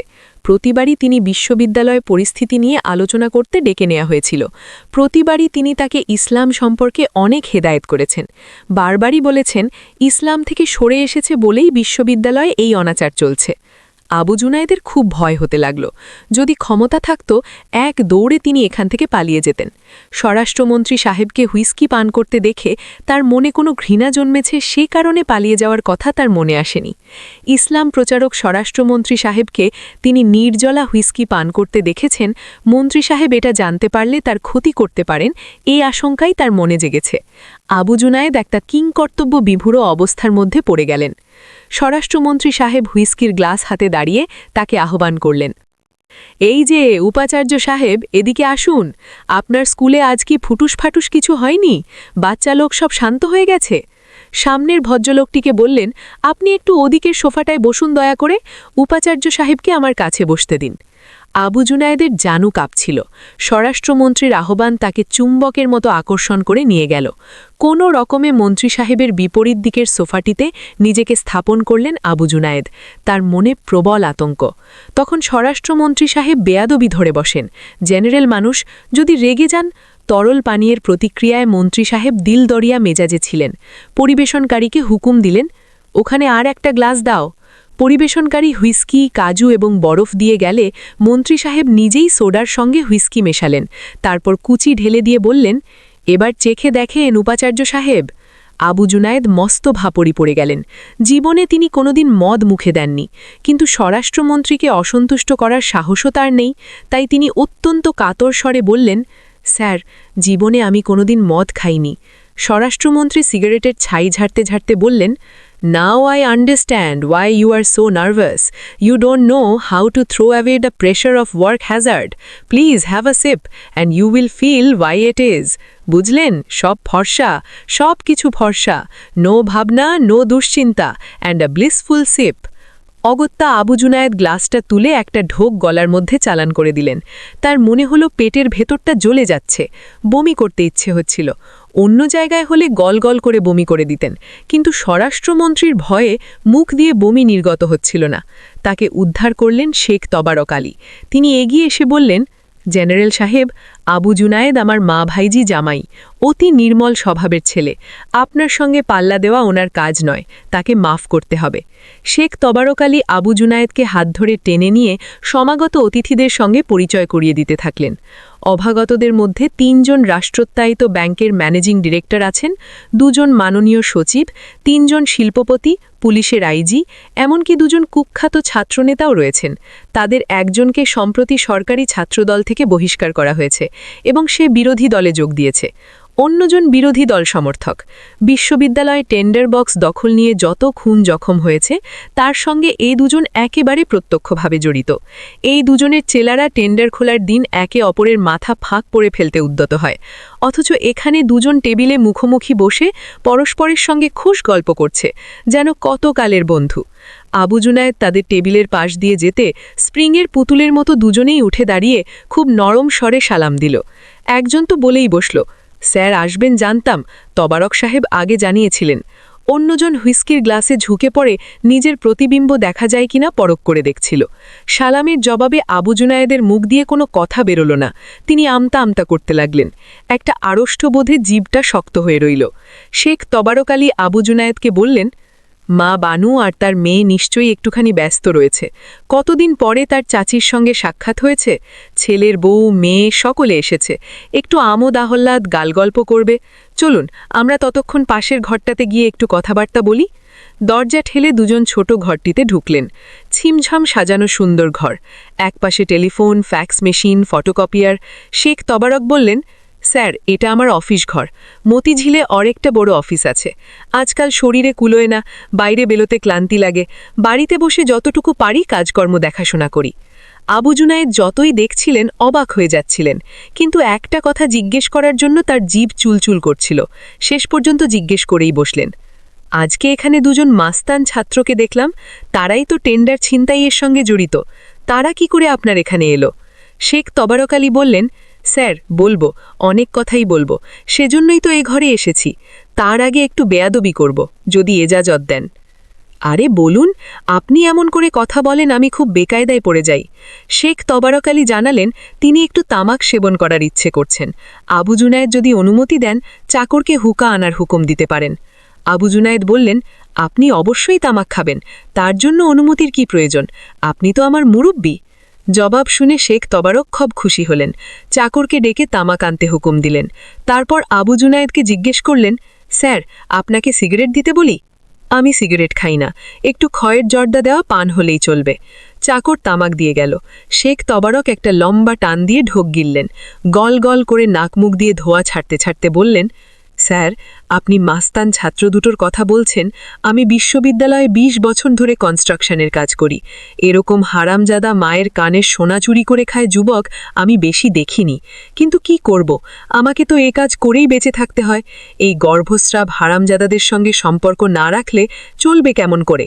এরাই তো আজকের গোটা বাংলাদেশটা হাতের তালুর তলায় চেপে রেখেছে। তারপর আবু জুনায়েদ হতবাক হয়ে শুনলেন, এই মাস্তানদেরকে শেখ তবারক আলীর মাসে ৫,০০০ টাকা করে মাসোহারা দিতে হয়। তাছাড়া মদ, মেয়ে মানুষ, খাবার দাবার, এটা সেটা কত কিছুর খরচ যোগাতে হয়, তার কোনো হিসেব নেই। আরও জানতে পারলেন, ইদানিং বিশ্ববিদ্যালয়ে আরও একটি দল জন্ম নিয়েছে। তাদের হাতেও পিস্তল, কাটা রাইফেল ইত্যাদি আছে। এসব অস্ত্রশস্ত্র কোথা থেকে আসছে তিনি ভালো রকম জানেন, কিন্তু প্রকাশ করেন না, কারণ তাতে বিপদের আশঙ্কা আছে। এই দলটির দাবি মেটাতে রাজি হননি বলেই সেদিন টেন্ডার বক্স খোলার সময় ডান পায়ে ওভারসিয়ারকে গুলি করেছিল। আবু জুনায়েদ জিজ্ঞেস করলেন, ওরাও কি আপনার কাছ থেকে টাকা করি পায়? কিছু তো দিতে হয়। জলে বাস করে কুমিরের সঙ্গে বিবাদ করব কেমন করে? বিশ্ববিদ্যালয়ে কেন, সবখানেই সন্ত্রাসীরা ছড়িয়ে আছে। এদের না হলে ক্ষমতাসীন দলের চলে না, বিরোধী দলের চলে না। ছোটখাটো রাজনৈতিক দলগুলোকেও মাস্তানির অস্তিত্ব টিকিয়ে রাখতে হয়। আমি একজন সামান্য ঠিকাদার মানুষ, আমি কোন সাহসে ওদের সঙ্গে বিবাদে নামব? শেখ তবারক আলীও বোধহয় হুইস্কি পান করেছেন। আবু জুনায়েদ নিজের চোখে দেখেননি, কিন্তু মুখ থেকে ওরকম গন্ধ পাচ্ছিলেন। হুকোর নলে টান দিয়ে মাঝে মাঝে চোখ বন্ধ করতে চেষ্টা করেন। ধোঁয়া ছেড়ে কথা বলতে থাকেন। নেশার ঘোরে কিনা আবু জুনায়েদ বলতে পারবেন না, শেখ তবারক আলীকে কথা বলায় পেয়ে বসেছে। আবু জুনায়েদ রুদ্ধশ্বাস বিস্ময়ে শুনে যেতে লাগলেন। শেখ তবারক আলীকে বিশ্ববিদ্যালয়ের chief engineer, sub engineer, overseer, কেরানি, অ্যাকাউন্ট্যান্ট সবাইকে নিয়মিত পয়সা দিয়ে হয়, নয়তো তারা একটা অনর্থক ঘাপলা বাঁধিয়ে দেয়। বাজার থেকে সবচেয়ে উৎকৃষ্ট মাল কিনে দিলেও বাগড়া দিয়ে বসবে, বলবে ইট ভালো নয়, বালুর মধ্যে কাঁকড়া আছে, রডগুলো মাপে ২ সুতো কম আছে। শেখ তবারক আলীর কাজ কি? এই সমস্ত ছোটলোকের বাচ্চাদের সঙ্গে ঘাপলা করে। তাই কিছু কিছু দিয়ে ছোটলোকের বাচ্চাদের মুখ বন্ধ রাখতে হয়। শেখ তবারক তামাক টানছিলেন। ফ্যানের বাতাসে কলখে থেকে স্ফুলিঙ্গগুলো এদিক ওদিক ছড়িয়ে পড়ছিল। তার মুখ থেকে অবলীলায় কথা বেরিয়ে আসছিল। আবু জুনায়েদ এই প্রথম জানতে পারলেন, বিশ্ববিদ্যালয়ের হেড ওভারসিয়ার, দেখতে যাকে মনে হবে মুসল্লি মানুষ, কপালে নামাজ পড়তে পড়তে দাগ পড়ে গেছে। এই শহরের নানা জায়গায় তার ৫টি বাড়ি এবং ৩টি দোকান আছে। ইচ্ছে করলে হেড ওভারসিয়ার কফিল উদ্দিন ৫ জন বিশ্ববিদ্যালয়ের শিক্ষককে মাইনে দিয়ে পুষতে পারে। দেখে কি চেনার কোনো উপায় আছে? আবু জুনায়েদ আরও শোনানেন, একজন উপাচার্য তার কাছ থেকে মেয়ের বিয়ের সমস্ত নিমন্ত্রিত অতিথিদের খাওয়ার খরচটা গলায় পা দিয়ে আদায় করেছিলেন। বিশ্ববিদ্যালয়ের ভেতরে এত গলিঘুঞ্জি, বারান্দা, চোরাগলি, সুড়ঙ্গ, গোপন লেনদেনের এত পাকা বন্দোবস্ত দীর্ঘকাল থেকে তৈরি হয়ে রয়েছে। এ ব্যাপারে আবু জুনায়েদ কিছুই জানতেন না। তার মনে হতে থাকল এতকাল শূন্যের ওপর ভেসে বেড়াচ্ছিলেন। শেখ তবারক আলীর কথায় হঠাৎ করে তার যান নেত্রের উন্মিলন ঘটতে থাকল। তবারক আলী বলে যেতে লাগলেন, কর্মচারীরা এত টাকা আদায় করে নেয়, সে তুলনায় মাস্তানদের আর কত দিতে হয়। এরই মধ্যে টেলিফোনটা বেজে উঠল। শেখ উঠে রিসিভারটা নামিয়ে রাখলেন। স্যার, আজ শুধু আপনার সঙ্গেই কথা বলবো, টেলিফোন রিসিভ করব না। মনের কথা বলার মানুষ পাইনে, মাঝে মাঝে পাগল হয়ে যেতে ইচ্ছে হয়। দেশটা কোথায় যাচ্ছে? মোটা অঙ্কের টাকা সরকারি দলকে দিতে হয়, বিরোধী দলকে দিতে হয়, আমলাদের দিতে হয়, মাস্তানদের দিতে হয়। আমাদের মতো সৎ ব্যবসায়ী যারা পলিটিক্যাল ব্যাকিংয়ে রাতারাতি আঙুল ফুলে কলাগাছে পরিণত হয়নি, ঘরের টাকা ঢেলে ব্যবসাপাতি করে থাকে, তাদের কি টিকে থাকার কোনো উপায় আছে? ব্যাংকগুলোতে যেয়ে দেখুন, ব্যাংকের ঘাট ভাগ টাকা নানা রকম প্রভাব প্রতিপত্তি খাটিয়ে ফাটকাবাজ ব্যবসায়ীরা নিয়ে গেছে। কলকারখানার নাম করে টাকা নিয়েছে, যেয়ে দেখুন একটা কম্পাউন্ড ছাড়া কিছু নয়, ভেতরে ফাঁকা, কোনো যন্ত্রপাতি বসেনি। ব্যাংক থেকে লোনটা নিয়ে প্রথম চোটেই গুলশান, বনানী কিংবা বাড়িধারায় বউয়ের নামে বাড়ি বানিয়ে ওপরতলা ভাড়া দিয়ে নিচের তলায় স্থায়ীভাবে বাস করার ব্যবস্থা করেছে অধিকাংশ মানুষ। ব্যাংক যখন টাকা দাবি করে, সুদ দাবি করে, অজুহাত দেখিয়ে বসে লেবার ট্রাবলের জন্য প্রোডাকশন কিছুই হয়নি, সুতরাং সুদ মৌকুফ করতে হবে। ব্যাংক যখন আসল দাবি করে, জবাব দেয় আপনারা গোটা কারখানাটাই নিয়ে যান। ব্যাংক যখন কারখানার দখল নিতে যায়, দেখে লোনের টাকার 10 ভাগের 1 ভাগও সেখানে বিনিয়োগ করা হয়নি। বাড়িঘর নিলাম করে নেওয়ার ক্ষমতাও ব্যাংকের নেই। এই হলো ব্যাপার। এভাবেই বাংলাদেশ চলছে।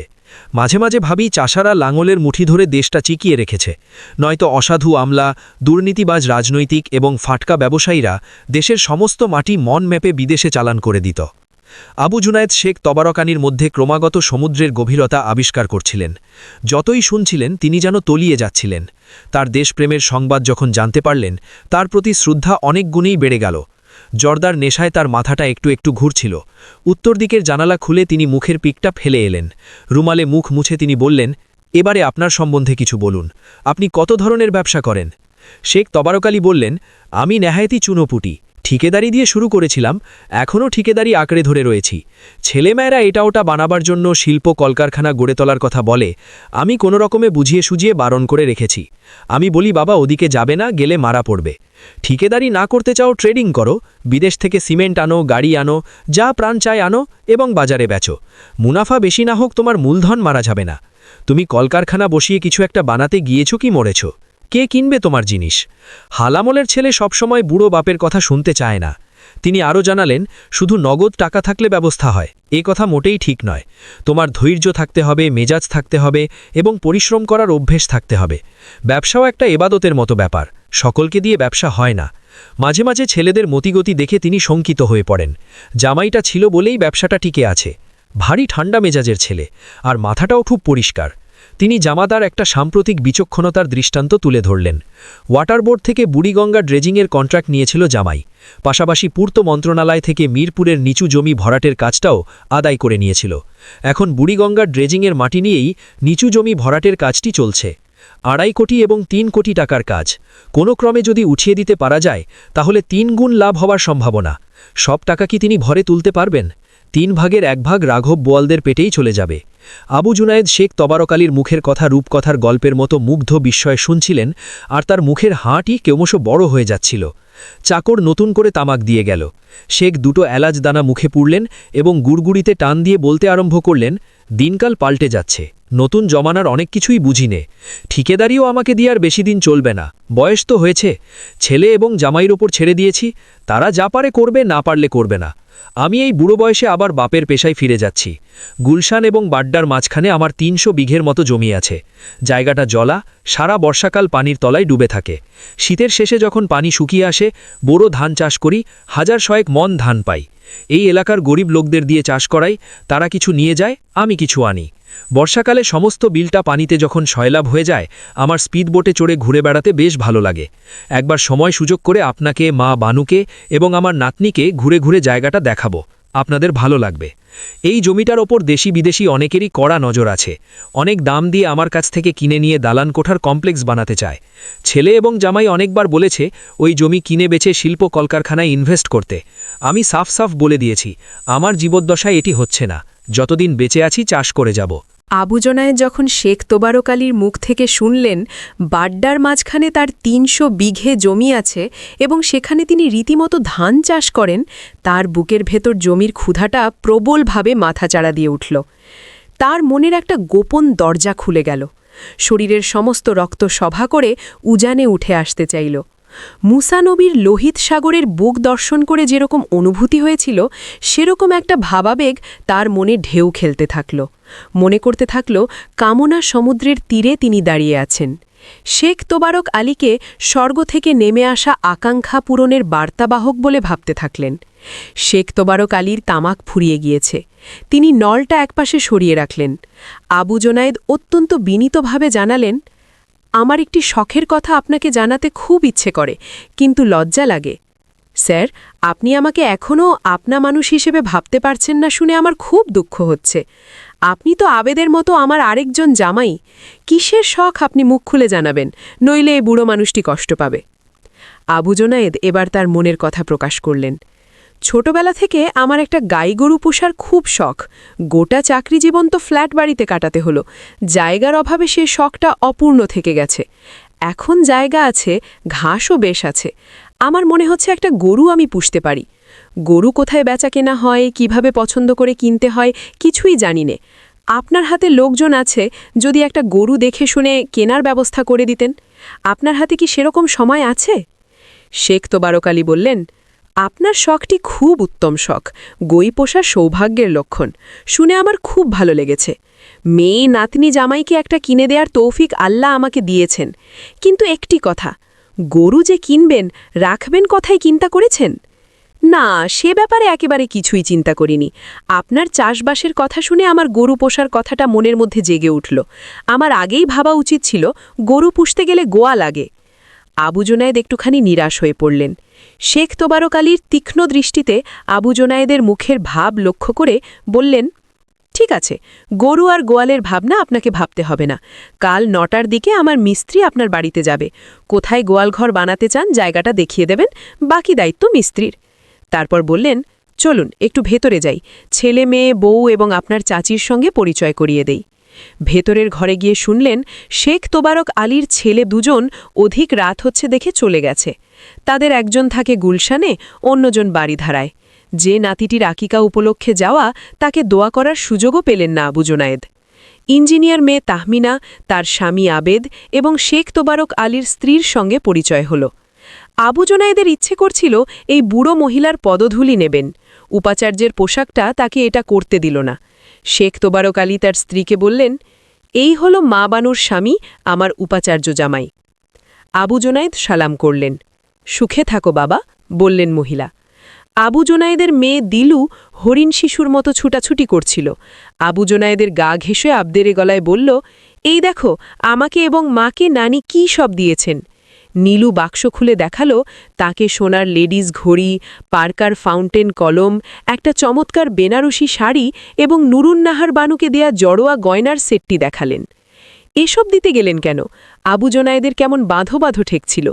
শেখ তোবারক আলীর স্ত্রী নরম সুরে বললেন, জামাই মিয়া, এগুলো মেয়ে নাতনির কাছে নানির সামান্য উপহার। সে রাত্রে ফিরে আসার সময় নুরুন্নাহারের ঠোঁটে তোবারক চাচার কথা লেগেই রইল। ভীষণ আকর্ষণীয় এবং খুশি খুশি দেখাচ্ছিল তাকে। ৭ শেখ তোবারক আলী এক কথার মানুষ। পরের দিন ৯টা বাজতেই ট্রাক এসে উপাচার্য ভবনের গেটের সামনে হর্ন দিতে থাকল। দারোয়ান গেট সে খুলতে রাজি ছিল না। ইট, সিমেন্ট, রড, বালুতে ভর্তি তিনটি ট্রাকের এই সকালবেলায় আগমনের হেতু দারোয়ান জানত না। ট্রাকগুলো বারবার হর্ন দিতে থাকল। বাধ্য হয়ে দারোয়ানকে উপাচার্য সাহেবকে খবর দিতে উপরে যেতে হলো। আবু জুনায়েদ স্যুট টাই পরে অফিসে যাওয়ার জন্য তৈরি হয়ে পায়চারি করছিলেন। দারোয়ানকে উপরে উঠে আসতে দেখে তিনি রেগে গিয়ে জিজ্ঞেস করলেন, কি চাই? স্যার, তোবারক সাহেব ইট বালু ভর্তি 3টি ট্রাক পাঠিয়ে দিয়েছেন। ট্রাকগুলো ভেতরে ঢুকতে চাইছে, জবাব দিল দারোয়ান। আবু জুনায়েদের মনে পড়ে গেল, আগের রাতে শেখ তোবারক আলী তাকে বলেছিলেন ঠিক 9টার সময় তোবারক সাহেবের লোকজন ট্রাক নিয়ে তার বাড়ির গেটে এসে হাজির হবে। 9:30টার সময় তার একটি মিটিংয়ে বসার কথা। আজ রসায়ন বিভাগের লেকচারার নিয়োগের ইন্টারভিউয়ের তারিখ।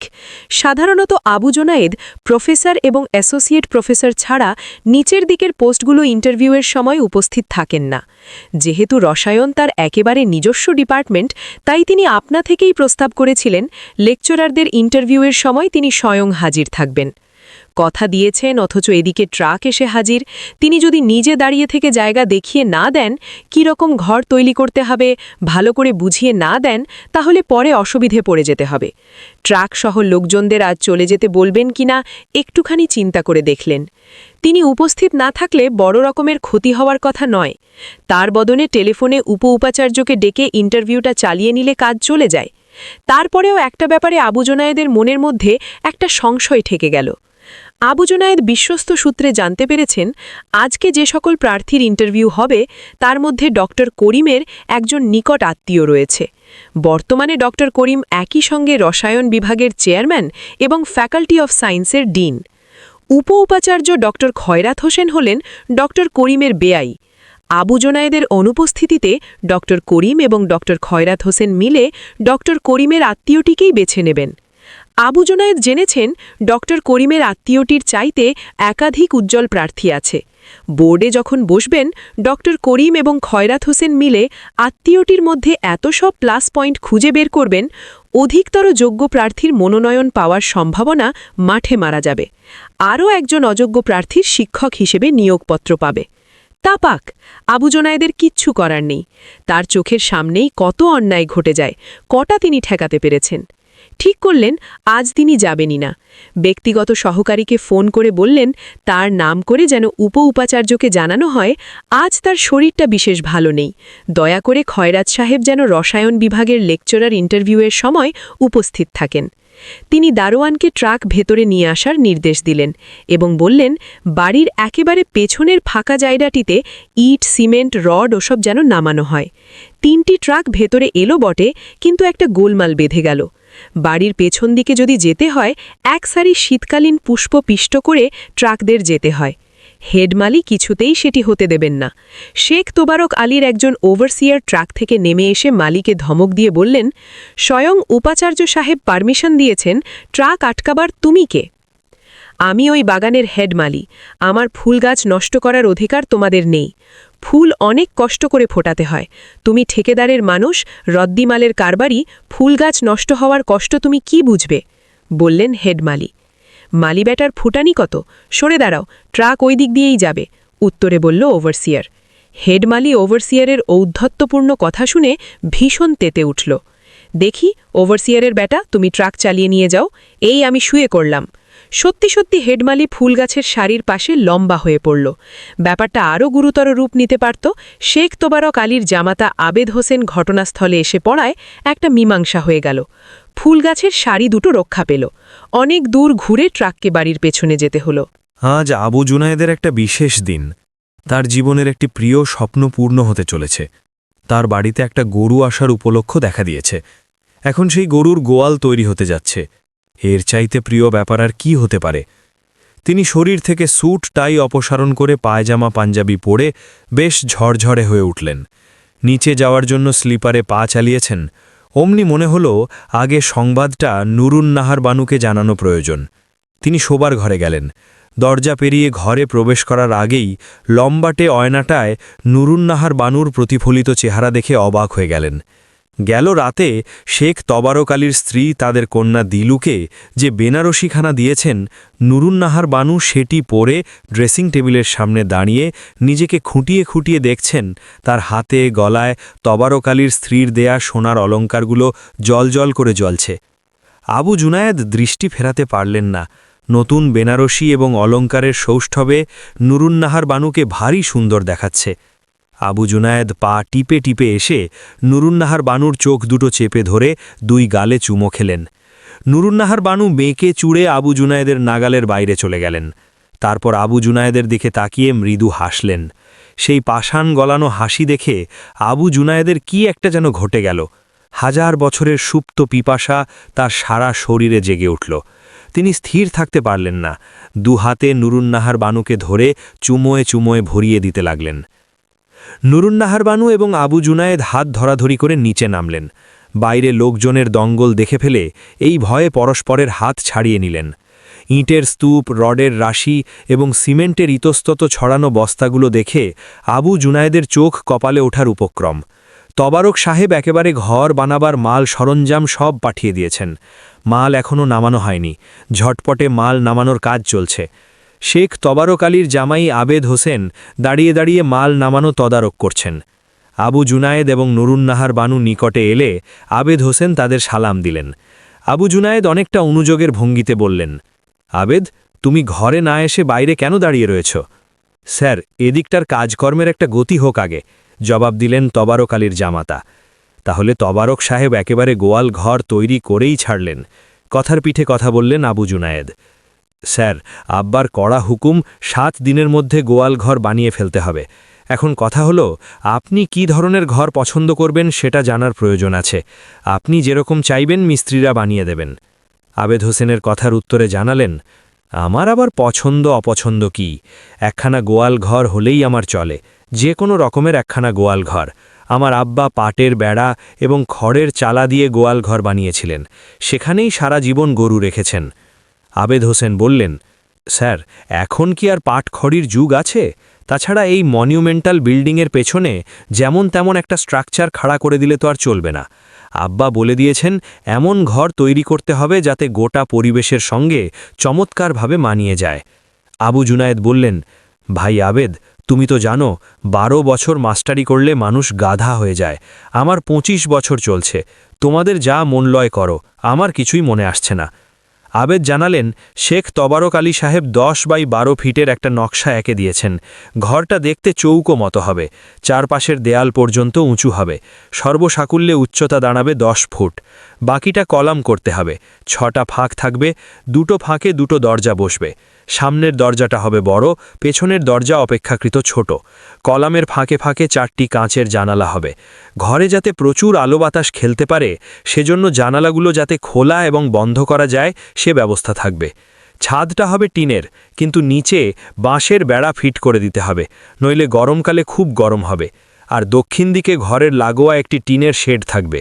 দিনের বেলা গরু এই শেডের নিচে থাকবে। এই পাশে খৈল, কুড়োর গামলা এবং ঘাস বিচালির আড়া বানানো হবে। আপনারা যাতে মাঝে মাঝে এসে গোয়াল ঘরের পাশে এসে কিছুটা সময় ব্যয় করতে পারেন সেজন্য উত্তর দিকে আরও একটা শেড নির্মাণ করা হবে। সেখানে সিমেন্ট দিয়ে একটা মস্ত বড় গোল টেবিল বানানো হবে, যার চারপাশে বসার ব্যবস্থা থাকবে। শেখ তবারক আলীর গোয়াল ঘর বানানোর পরিকল্পনা শুনে আবু জুনায়েদ বিস্ময়ে হতবাক হয়ে গেলেন। তিনি বললেন, এই রকম একটা বাড়ি পেলে ভাই আবেদ, আমিই তো বাস করতে চলে আসি। আবেদ হোসেন আবু জুনায়েদের কথায় কোনো জবাব দিলেন না। তারপর একটু ঢোক গিলে বললেন, স্যার, গরুটার কথা তো স্যার আপনাকে চিন্তা করতে হবে। সাভার ডেয়ারি ফার্মে সুইডিশ এবং অস্ট্রেলিয়ান গরুর মধ্যে ক্রস ঘটিয়ে একটা বাচ্চা জন্মানো সম্ভব হয়েছে। আব্বা ওই গরুটিই আপনার গোয়ালে পাঠানোর কথা চিন্তা করছেন। আবু জুনায়েদ কোনো মন্তব্য করলেন না। এতক্ষণ নুরুন্নাহার বানু একটি কথাও বলেননি। তার 2টি কারণ। প্রাতমৈথুনের আনন্দের রেশটি তখনও কাটেনি। দ্বিতীয়ত, এত কুলি কামিনের মধ্যে মুখ খুললে তিনি মনে করেন অনাবশ্যক নিজেকে খেলো করে তুলবেন। কিন্তু দীর্ঘক্ষণ চুপ থাকা নুরুন্নাহার বানুর ধাতের মধ্যে নেই। এবার তিনি কথা বলতে আরম্ভ করলেন। বিশেষত আবু জুনায়েদের সে কথাটির প্রতিবাদ করা প্রয়োজন মনে করলেন। আবু জুনায়েদ এক পর্যায়ে বলে ফেলেছেন, প্রস্তাবিত গড়ের ঘরটির মতো একটা ঘর পেলে নিজে বাস করতে আসবেন। আবু জুনায়েদ ফকির মানুষের বেটা, কথায় কথায় ফকির আলী স্বভাবটি তার বেরিয়ে আসে। তবারক চাচার জামাইয়ের কাছে এই কথাটা মোটেই আবু জুনায়েদের উচিত হয়নি। নুরুন্নাহার বানুরও মনে বড় একটি সুন্দর বাড়ি তৈরি করার ইচ্ছে আছে, সেই ব্যাপারটি জানিয়ে দেওয়ার প্রয়োজন অনুভব করলেন। আবেদ, তুমি তো আমার ছোট বোনের বর, সুতরাং তোমাকে তুমিই বলবো। তুমি কি রাগ করবে? না আপা, রাগ করব কেন, অবশ্যই তুমি বলবেন, জবাব দিলেন আবেদ হোসেন। নুরুন্নাহার বানু বললেন, উত্তরাতে আমাদের 12 কাঠা জমি আছে। বাড়ি বানানোর সময় চাচাকে ধরে বলবো, চাচা আপনি একটা সুন্দর নকশা এঁকে দেন। চাচা সুন্দর সুন্দর বাড়ির নকশা করতে পারেন। আবেদ বললেন, আব্বা বাড়ির প্ল্যান করতে ওস্তাদ, তার সামনে বিদেশি স্থপতি পর্যন্ত পেন্সিল ধরতে সাহস পান না। এরই মধ্যে মাল সরঞ্জাম নামিয়ে স্তূপ করে রাখা হয়েছে। হেড মিস্ত্রি কোন জায়গায় ঘরটা ওঠানো হবে সীমানা নির্দেশ করতে বললেন। আবু জুনায়েদ স্থান নির্বাচন করতে গিয়ে একটু গোলের মধ্যে পড়ে গেলেন। তার ইচ্ছে হল উপাচার্য ভবনের লাগোয়া পেছন দিকটাতেই গোয়াল ঘরটা বানানো ভালো হয়। তিনি পেছনের দরজা খুলে যখন ইচ্ছে গরুটা দেখতে ছুটে আসতে পারেন। কিন্তু মুশকিল হল চারপাশে ফাঁকা জায়গার মাঝখানে একটা বর্বর হর্তকি গাছ আকাশে মাথা তুলে দাঁড়িয়ে আছে।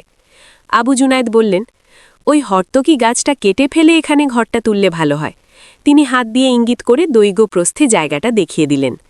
আবেদ হোসেন বললেন, স্যার আমার একটা কথা আছে। ঢাকা শহরে হর্তকি বিরল প্রজাতির বৃক্ষে পরিণত হয়েছে, সুতরাং গাছটা কাটা ঠিক হবে না। তাছাড়া বসতবাড়ির অত সন্নিকটে গোয়ালঘর থাকাও উচিত নয়। গরুর গোবর প্রস্রাবের মতো এসব নানা পীড়াদায়ক বিরক্তির কারণ হয়ে দাঁড়াবে। তার চাইতে দক্ষিণ পূর্ব কোণে জায়গাটি আছে, সেখানে ঘরটি তৈরি করলে সব দিকে উত্তম হয়। আবু জুনায়েদ বললেন, আবেদ জায়গাটি উত্তম, কিন্তু অসুবিধের কথা হলো কি জানবোক, সারা মাঠটা প্যাক কাদা একেবারে ফকফকে হয়ে থাকে। এই এতটা পথ এসে দেখাশোনার জন্য গোয়ালঘরে আসা যাওয়া একটা কষ্টকর ব্যাপার হয়ে দাঁড়াবে। আবু জুনায়েদের আশঙ্কার জবাবে আবেদ হোসেন বললেন, স্যার প্যাক কাদা নিয়ে আপনাকে চিন্তা করতে হবে না, সমস্ত রাস্তাটি আমরা কংক্রিট দিয়ে বাঁধিয়ে দেব। ঠিক হলো, আবেদ হোসেনের নির্দেশিত স্থানে গোয়ালঘর বানানো হবে। মিস্ত্রিরা ফিতে টেনে জায়গাটা চিহ্নিত করে ফেললেন। আবেদ হোসেন শেখ তবারক আলীর স্বহস্তে আঁকা নকশাখানা ভালো করে বুঝিয়ে দিলেন। 7-8 জন মজুর একসঙ্গে দেওয়াল বানাবার জন্য মাটি কাটতে লেগে গেল। মাটি কাটাকাটি করতে দেখলে আবু জুনায়েদের খুব ভালো লাগে। বালক বয়সে তারা একটি কুয়ো খনন করেছিলেন। আবু জুনায়েদ সারাদিন বসে থেকে মজুরদের মাটি তোলা দেখতেন। পৃথিবীর গভীরে আরও গভীরে কি আছে জানার ইচ্ছে প্রবল হয়ে উঠত। বারবার আব্বাকে প্রশ্ন করতেন, আব্বা মাটি খুঁড়ে খুঁড়ে একেবারে পৃথিবীর বুক ভেদ করে অপর পারে যাওয়া যায় কি না? আব্বা হাসতেন। আবু জুনায়েদ বারবার জানতে চাইতেন। অবশেষে বিরক্ত হয়ে বলতেন, ধুর পাগলা, এমন কথা কেউ বলে নাকি? মাটি খোঁড়াখুড়ি করতে দেখলে আবু জুনায়েদের এসব কথা মনে পড়ে যায়। নুরুন্নাহার বানু তার গায়ে ঠেলা দিয়ে বললেন, তুমি এমনভাবে দাঁড়িয়ে থাকবে নাকি? আবেদকে একবারও চা খেতে বলবে না নাকি? স্ত্রীর কথা শুনে মনে হলো মস্ত অন্যায় হয়ে গেছে। শেখ তবারক আলী সাহেবের জামাইকে একবারও ঘরে যেতে বলেননি। অনেকটা মাফ চাইবার ভঙ্গিতে বললেন, ভাই আবেদ রাগ করবে না, আগেই তো বলেছি 12 বছর মাস্টারি করলে যে কোনো মানুষ গাধা হয়ে যায়, চলো ঘরে চলো। আবেদ স্মিত হেসে বললেন, স্যার আজ থাক, অন্য দিন আসব। এখন আমাকে বুড়িগঙ্গার পাড়ে ছুটতে হবে, একখানি ড্রেজার অচল হয়ে গেছে। মিস্ত্রিদের কাজ চালিয়ে যাওয়ার নির্দেশ দিয়ে অপেক্ষামান পাজেরোতে উঠে স্টার্ট দিল। আবেদ চলে যাওয়ার পরেও অনেকক্ষণ পর্যন্ত আবু জুনায়েদ মজুরদের কাজ দেখতে থাকলেন। তার মনের মধ্যে একটা ছুটির হাওয়া দোলা দিতে থাকল। বালক পালানো বালকের মতো একটা নির্মল আনন্দে তার সারা মন প্রাণ ভরে গেছে। নুরুন্নাহার বানু তার পাঞ্জাবির কোণা আকর্ষণ করে বলল, চলো ঘরে যাই। নুরুন্নাহার বানুর পেছন পেছন তিনি বাড়ির দিকে হাঁটতে লাগলেন। নুরুন্নাহার বানু জানতে চাইলেন, আজ কি তোমার অফিস নেই? অফিস আছে, কিন্তু ও বেলা যাব, জবাব দিলেন আবু জুনায়েদ। ঠিক আছে, গোসল সেরে একটু পাক পরিষ্কার হয়ে নাও, তারপর দুটি খেয়ে একটু ঘুমিয়ে নিয়ে একেবারে বিকেলবেলা অফিসে যাবে। নুরুন্নাহার বানুর কথার জবাবে আবু জুনায়েদ বললেন, আবার গোসল কেন? সকালে তো একবার করেছি। গোসল কেন আবার বুঝিয়ে দিতে হবে? নুরুন্নাহার বানু একটা ইঙ্গিত করলেন। নুরুন্নাহার বানু বললেন, চলো, আমার সারা গা কুটকুট করছে, তোমার রাত দিন কোনো জ্ঞান নেই। 8 দুদিনের মধ্যেই লাল ইটের দেওয়াল মাটি ছড়িয়ে উঠে গেল। 7-8 জন মিস্ত্রি কাজ করছে। সারাদিন তো কাজ করেই, হ্যাজাক জ্বালিয়ে আধারাদ্য পর্যন্ত কাজ চলতে থাকে। আবু জুনায়েদের মধ্যে একটা চাপা উত্তেজনা। তার স্বপ্নের গোয়ালঘর তৈরি হতে যাচ্ছে। ইট খাকা হচ্ছে, সিমেন্টে বালু মেশানো হচ্ছে। নির্মীয়মান গোয়ালঘরের কোনাকাঞ্চিগুলো স্পষ্ট আকার ধারণ করছে। সর্বকিছুর মধ্য দিয়ে আবু জুনায়েদের আজন্ম লালিত স্বপ্ন বাস্তবে রূপ পেতে যাচ্ছে। গোয়ালঘর তৈরি হবে এবং সেই ঘরে বাস করতে একটি গাভী আসবে। প্রচণ্ড একটা রোমাঞ্চকর ব্যাপার। আবু জুনায়েদের ফুরসত খুবই কম, তবু দিনে 2-3 বার গিয়ে মিস্ত্রিদের কাজ দেখে আসেন। অফিসে যাওয়ার আগে একবার দেখেন, দুপুরে খেতে এলে গাড়ি থেকে নেমেই ছুটে যান। বিকেলে যেদিন কাজ থাকে না, ইজি চেয়ারে হেলান দিয়ে পত্রিকা পড়তে পড়তে মিস্ত্রিদের কাজ দেখতে থাকেন। এই অল্প কদিনের মধ্যেই দেওয়ালগুলোর উচ্চতা 4 ফুট উঠে গেছে। এখন কলাম বসবে। কলামের ফাঁকে ফাঁকে জানালা। ভেতরে ভেতরে যে উত্তেজনা তিনি অনুভব করছেন, নুরুন্নাহার বানুর সঙ্গে বিয়ে হওয়ার পূর্বেও সেরকম অনুভূতি তার হয়নি। নুরুন্নাহার বানুর সঙ্গেও তার সম্পর্কটা এখন খুবই ভালো। কোনো দাম্পত্য কলহ নেই, পারিবারিক জীবনে কোনো খিটিমিটি নেই। দুজন যখন একান্তে আলাপ করেন তখন গরুর কথাটা আপনি এসে পড়ে। নুরুন্নাহার যখন প্রথম বাচ্চা পেটে ধরেছিলেন, গুনিয়েও দুজনের মধ্যে এমন সহমর্মিতা দেখা যায়নি। প্রথমবারের গর্ভবতী হওয়ার পর নুরুন্নাহার বানুর মেজাজ সব সময় খাট্টা হয়ে থাকত। একটুতেই তিনি রেগে যেতেন, কেঁদে বুক ভাসাতেন এবং আবু জুনায়েদকে অকথ্য ভাষায় গালাগাল করতেন। কেননা আবু জুনায়েদই তার এই ভোগান্তির কারণ। শেখ তবারক আলীর বাড়ি থেকে ফেরার পরপরেই নুরুন্নাহার বানুর মনটা নতুন করে আবু জুনায়েদের দিকে ঢলতে আরম্ভ করেছে। নুরুন্নাহার বানুর সাজ পোশাকের বহর এখন অনেক বেড়ে গেছে। প্রতিদিন নতুন করে ভাঁজভাঙা শাড়ি পরেন। তবারক আলীর স্ত্রীর কাছ থেকে যে সকল অলঙ্কার উপহার পেয়েছেন, পারতপক্ষে সেগুলো শরীর থেকে নামান না। নুরুন্নাহার বানু কিভাবে রানী রানী ভঙ্গি সৃষ্টি করা যায় আপ্রাণ চেষ্টা করছেন। নুরুন্নাহার বানুর এই সার্বক্ষণিক সাজগোজের ঘটা দেখে মেয়েটা ভীষণ বিরক্ত হয়ে গেছে। তার একটা প্রত্যক্ষ কারণ অবশ্য আছে। তবারক আলীর স্ত্রী দিলুকে যে বেনারসিখানা উপহার দিয়েছেন, সে কাপড়টার প্রতি নুরুন্নাহার বানুর ভীষণ লোভ। যখন তখন সেই শাড়িটাই পরে বসেন। একদিন মেয়ে বলেই বসল, আম্মা, নানি আমাকে যে শাড়িখানা দিয়েছেন সেটা তুমি যখন তখন পরে বসো কেন? ওটা তো আমার। নুরুন্নাহার বানু মেয়ের কথা গায়ে মাখেন না বিশেষ। দিলু চেঁচামেচি করলে জবাব দেন, তুই তো সারাক্ষণ সালোয়ার কামিজ করে থাকিস। আমি শাড়িটা একাধটু পরলে কি তোর শাড়ি ছিঁড়ে যাবে? তোর শাড়ি তো তোরই থাকবে। আম্মা, ছিঁড়ে না যাক, আমার কাপড় তুমি যখন তখন পরে বসবে না। তোমার যদি খুব শখ হয় তাহলে নানিকে বলো যেন তোমাকেও একখানা কিনে দেন। মেয়ের কথার কোনো জবাব দেন না নুরুন্নাহার বানু। ঠিক এই রঙের নয়, এই জাতীয় একখানি শাড়ি যদি চাচি তাকেও দিতেন খুব ভালো হতো। হার, ব্রেসলেট, ইয়ারিং এবং হাতের চুড়ির সঙ্গে এই শাড়িটাই মানায় চমৎকার। চাচির কাছে ওরকম আরেকখান শাড়ি চাইবেন কি না ভেবে দেখেন। না, সম্ভব নয়। সেটি তিনি করতে পারবেন না। তিনি উপাচার্যের বেগম, কারু কাছ থেকে কিছু চাওয়ার মধ্যে একটা কাঙালপনা আছে, সেটি তিনি করতে পারবেন না। নুরুন্নাহার বানুর হাতে যখন কোনো কাজকর্ম থাকে না, দূরের আত্মীয়দের কাছে টেলিফোন করে সুসংবাদটা প্রকাশ করেন। তবারক চাচা তাকে একই সঙ্গে গরু এবং গোয়াল দুটোই উপহার দিতে চাচ্ছেন। নুরুন্নাহার বানুর বাবা যখন বেঁচে ছিলেন, তার বড় এবং মেজ দু বোনকেই প্রথম বাচ্চা হওয়ার পর আস্ত গাই গরু উপহার দিয়েছিলেন। প্রথম বাচ্চা হওয়ার পর মেয়েরা স্বাভাবিকভাবেই বাবার কাছে গাভী পাওয়ার প্রত্যাশা করে। এ প্রত্যাশা নুরুন্নাহার বানুরও ছিল, কিন্তু তিনি চাইতে পারেননি। চাইলে বাবা অবশ্যই একটা দুধের গাই দিতেন, যাতে নাতি নাতনিরা দুধ খেতে পারে। তিনি মুখ ফুটে চাইতে পারেননি, কারণ বাবা যদি বলে বসেন, বানু, গাই কিনে দিলে তুমি রাখবে কোথায়? তোমার তো মোটে দুখানা ঘর, যেখানে খাওয়া সেখানে শোয়া সেখানে রান্না। বাবা মারা গেছেন, তবারক চাচা আছেন, আল্লাহ তাকে তৌফিক দিয়েছেন, আর নুরুন্নাহার বানুদের একটা গাই পোষার ক্ষমতা হয়েছে। বাবার দায়িত্ব চাচা পালন করছেন। শেখ তবারক আলী তার বাবার আপন ভাই না হোক, তার চাইতে অনেক বেশি। নুরুন্নাহারের আপন মায়ের পেটের ভাইয়েরা তার জন্য কতটুকু করে? আকলার বিষয় সম্পত্তি সব লুটেপুটে খাচ্ছে। বোনের কথা কি তাদের খেয়াল আছে? বউরা তাদের খেড়ুয়া বানিয়ে রেখেছে। আল্লাহর কাছে হাজার শকর, তবারক চাচার সঙ্গে নতুন করে পরিচয় হয়েছে। বাবার মৃত্যুর পর তিনি যে শোক পেয়েছিলেন, তবারক চাচা তার অনেকটানি ভুলিয়ে দিয়েছেন। আল্লাহ তবারক চাচাকে একখানি দিলও দিয়েছেন। ফাঁকে ফাঁকে তিনি আবু জুনায়েদের কথাও চিন্তা করেন। মানুষটা যেন কি? তবারক চাচা এই বিশ্ববিদ্যালয়ে অনেক দিন ধরে কাজ করেন, অথচ আবু জুনায়েদ তার কোনো যতত চড়েন না। মানুষটা যেন কি? আগে হলে বলতেন আচাবুয়া গর্ধব, এখন তার মূল্যায়নের ধারা যা একটু পাল্টেছে। এখন তিনি মনে করছেন আবু জুনায়েদ সবসময় ভাবের ঘোরে থাকেন, তাই ডানে বায়ে কি ঘটছে সে বিষয়ে দৃষ্টি দিতে পারেন না। হালাকি এটা একটা চমৎকার গুণ। আবেদ হোসেন কথা দিয়েছিলেন ৮-১০ দিনে গোয়ালঘর তৈরি করে ফেলবেন, কিন্তু তৈরি করতে ১৫ দিন লেগে গেল। তারপরেও কিছু কাজ বাকি পড়ে রইল। উত্তর দিকে যে শেডটা বানানোর কথা ছিল এখন অসমাপ্ত রয়ে গেছে। আবেদ হোসেন জানালেন তার ক্যালকুলেশন কখনো ফেল হয় না। এবার হয়ে গেল কারণ একটা অঘটন ঘটে গেছে। হেডমিস্ত্রির মেয়ে শ্বশুরবাড়িতে গায়ে কেরোসিন ঢেলে আত্মহত্যা করেছে।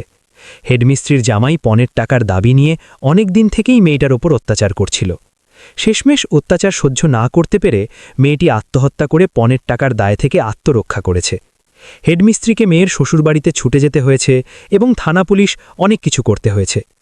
উত্তর দিকের শেডটা আবেদ হোসেন খুব সুন্দরভাবে বানাতে চান। শেখ তবারক আলী তাকে সেরকমই নির্দেশ দিয়েছেন। মামুলি মিস্ত্রি দিয়ে সুন্দর জিনিস বানানো যায় না, তাই এই বিলম্ব এবং সেজন্য তিনি লজ্জিত। যা হোক, হেডমিস্ত্রি যখন ঝামেলা মিটিয়ে চলে আসতে পেরেছে, আর দুশ্চিন্তা নেই। এই ২-৪ দিনের মধ্যেই সব কমপ্লিট হয়ে যাবে। আবেদ হোসেনের ২-৪ দিন ১০ দিনে গিয়ে দাঁড়ালো। একটু বেশি সময় নিল, তারপরেও যে গোয়ালঘর তৈরি হলো দেখে আবু জুনায়েদের মন প্রশান্তিতে ভরে গেল। আল্লাহ এতদিনে তার একটা আকাঙ্ক্ষা পূরণ করেছেন। আবু জুনায়েদের ইচ্ছে হলো এই নতুন বানানো গোয়ালঘরটা তার কিছু বন্ধুবান্ধবকে দেখাবেন। এমনিতে আবু জুনায়েদের বিশেষ অন্তরঙ্গ বন্ধুবান্ধব নেই। বিশ্ববিদ্যালয়ে যারা তার দল করেন, প্রশাসনিক বিষয়ে নানা ব্যাপারে যারা তাকে সাহায্য করেন, তার বিরুদ্ধে অপপ্রচার হলে যারা তার পক্ষ হয়ে প্রতিবাদ করেন, ইদানিং আবু জুনায়েদ তাদের মধ্যে বিশেষ কাউকে কাউকে বন্ধু মনে করতে আরম্ভ করেছেন। আবু জুনায়েদ একটি বিশেষ কারণে সদ্য নির্মিত গোয়ালঘরখানা সকলকে দেখাতে আগ্রহী হয়ে উঠেছিলেন। সত্যি বটে এটি গোয়ালঘর এবং আগামীতে এই ঘরটিতে একটি চতুষ্পদ প্রাণী বসবাস করতে যাচ্ছে, কিন্তু ঘরটির নির্মাণশৈলী এত চমৎকার, দেখলে চোখটা আপনা থেকেই জুড়িয়ে যায়। পাখির বাসার মতো এই এক টুকরো একখানি ঘর, ঢিউটিনের চাল সহ গোটা ঘরখানি যেন মাটি ফুঁড়ে আচমকা সুন্দর একটা মাশরুমের মতো ফুটে বেরিয়ে এসেছে। উপাচার্য ভবনের অসামান্য গাম্ভীর্যের পটভূমিতে এই ছোট্ট ঘরখানা একটি স্বপ্ন বিন্দুর মতো ফুটে উঠেছে। আবু জুনায়েদ যখন ভাবেন মেয়াদ ফুরিয়ে গেলে ঘরটি সঙ্গে করে নিয়ে যেতে পারবেন না, মনটা বিষাদে ছেয়ে যায়। আবু জুনায়েদ মনে করেন একই সঙ্গে গরু গোয়াল দুটিই দেখিয়ে সকলকে তাক লাগিয়ে দেবেন। যেদিন গরুটা গোয়ালে আসবে কয়েকজনকে সন্ধেবেলা চায়ের নিমন্ত্রণ করবেন।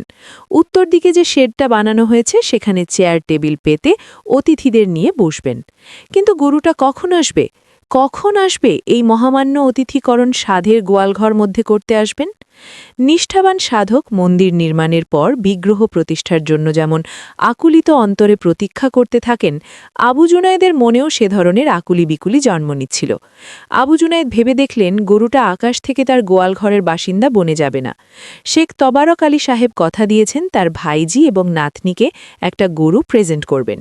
প্রেজেন্ট করা গরু নিরাপদে বসবাস করতে পারে, সেজন্য এই গোয়ালঘর বানিয়ে দেবেন। গোয়ালঘর বানিয়ে তিনি কথা রেখেছেন, কিন্তু গরুটা কখন নিয়ে আসবেন? গরু বিহনে গোয়ালঘরটা যেন কাঁদছে। আবু জুনায়েদের এরকম মনে হলো। আবু জুনায়েদ ভেবে দেখলেন গোয়ালঘর বানানোর পেছনে শেখ তবারক অনেক টাকা ব্যয় করে ফেলেছেন। গরু কিনতে আরও টাকার প্রয়োজন। এদিকটা আবু জুনায়েদের দেখার বিষয় নয়। এসব তিনি ভ্রাতুষ্পুত্রী এবং নাতনিকে গিফট করছেন, সুতরাং টাকার অঙ্কে তিনি হিসেব করবেন কেন? কিন্তু গরুটা কখন আসবে? চট করে তার মাথায় একটা চিন্তা খেলে গেল। তবারক সাহেব তার স্ত্রী জামাই আবেদ হোসেন এবং কন্যাকে দাওয়াত করলে চমৎকার হয়। তাদেরকে একবার তবারক সাহেব দাওয়াত করে খাইয়েছেন। পাল্টা দাওয়াত করা তার একটি সামাজিক কর্তব্য। দাওয়াত খেতে এলে গরুটা কখন আসবে সঠিক তারিখ জানা সম্ভব হবে। আসল তারিখটা জানতে পারলে বাড়তি উৎকণ্ঠার অবসান হবে।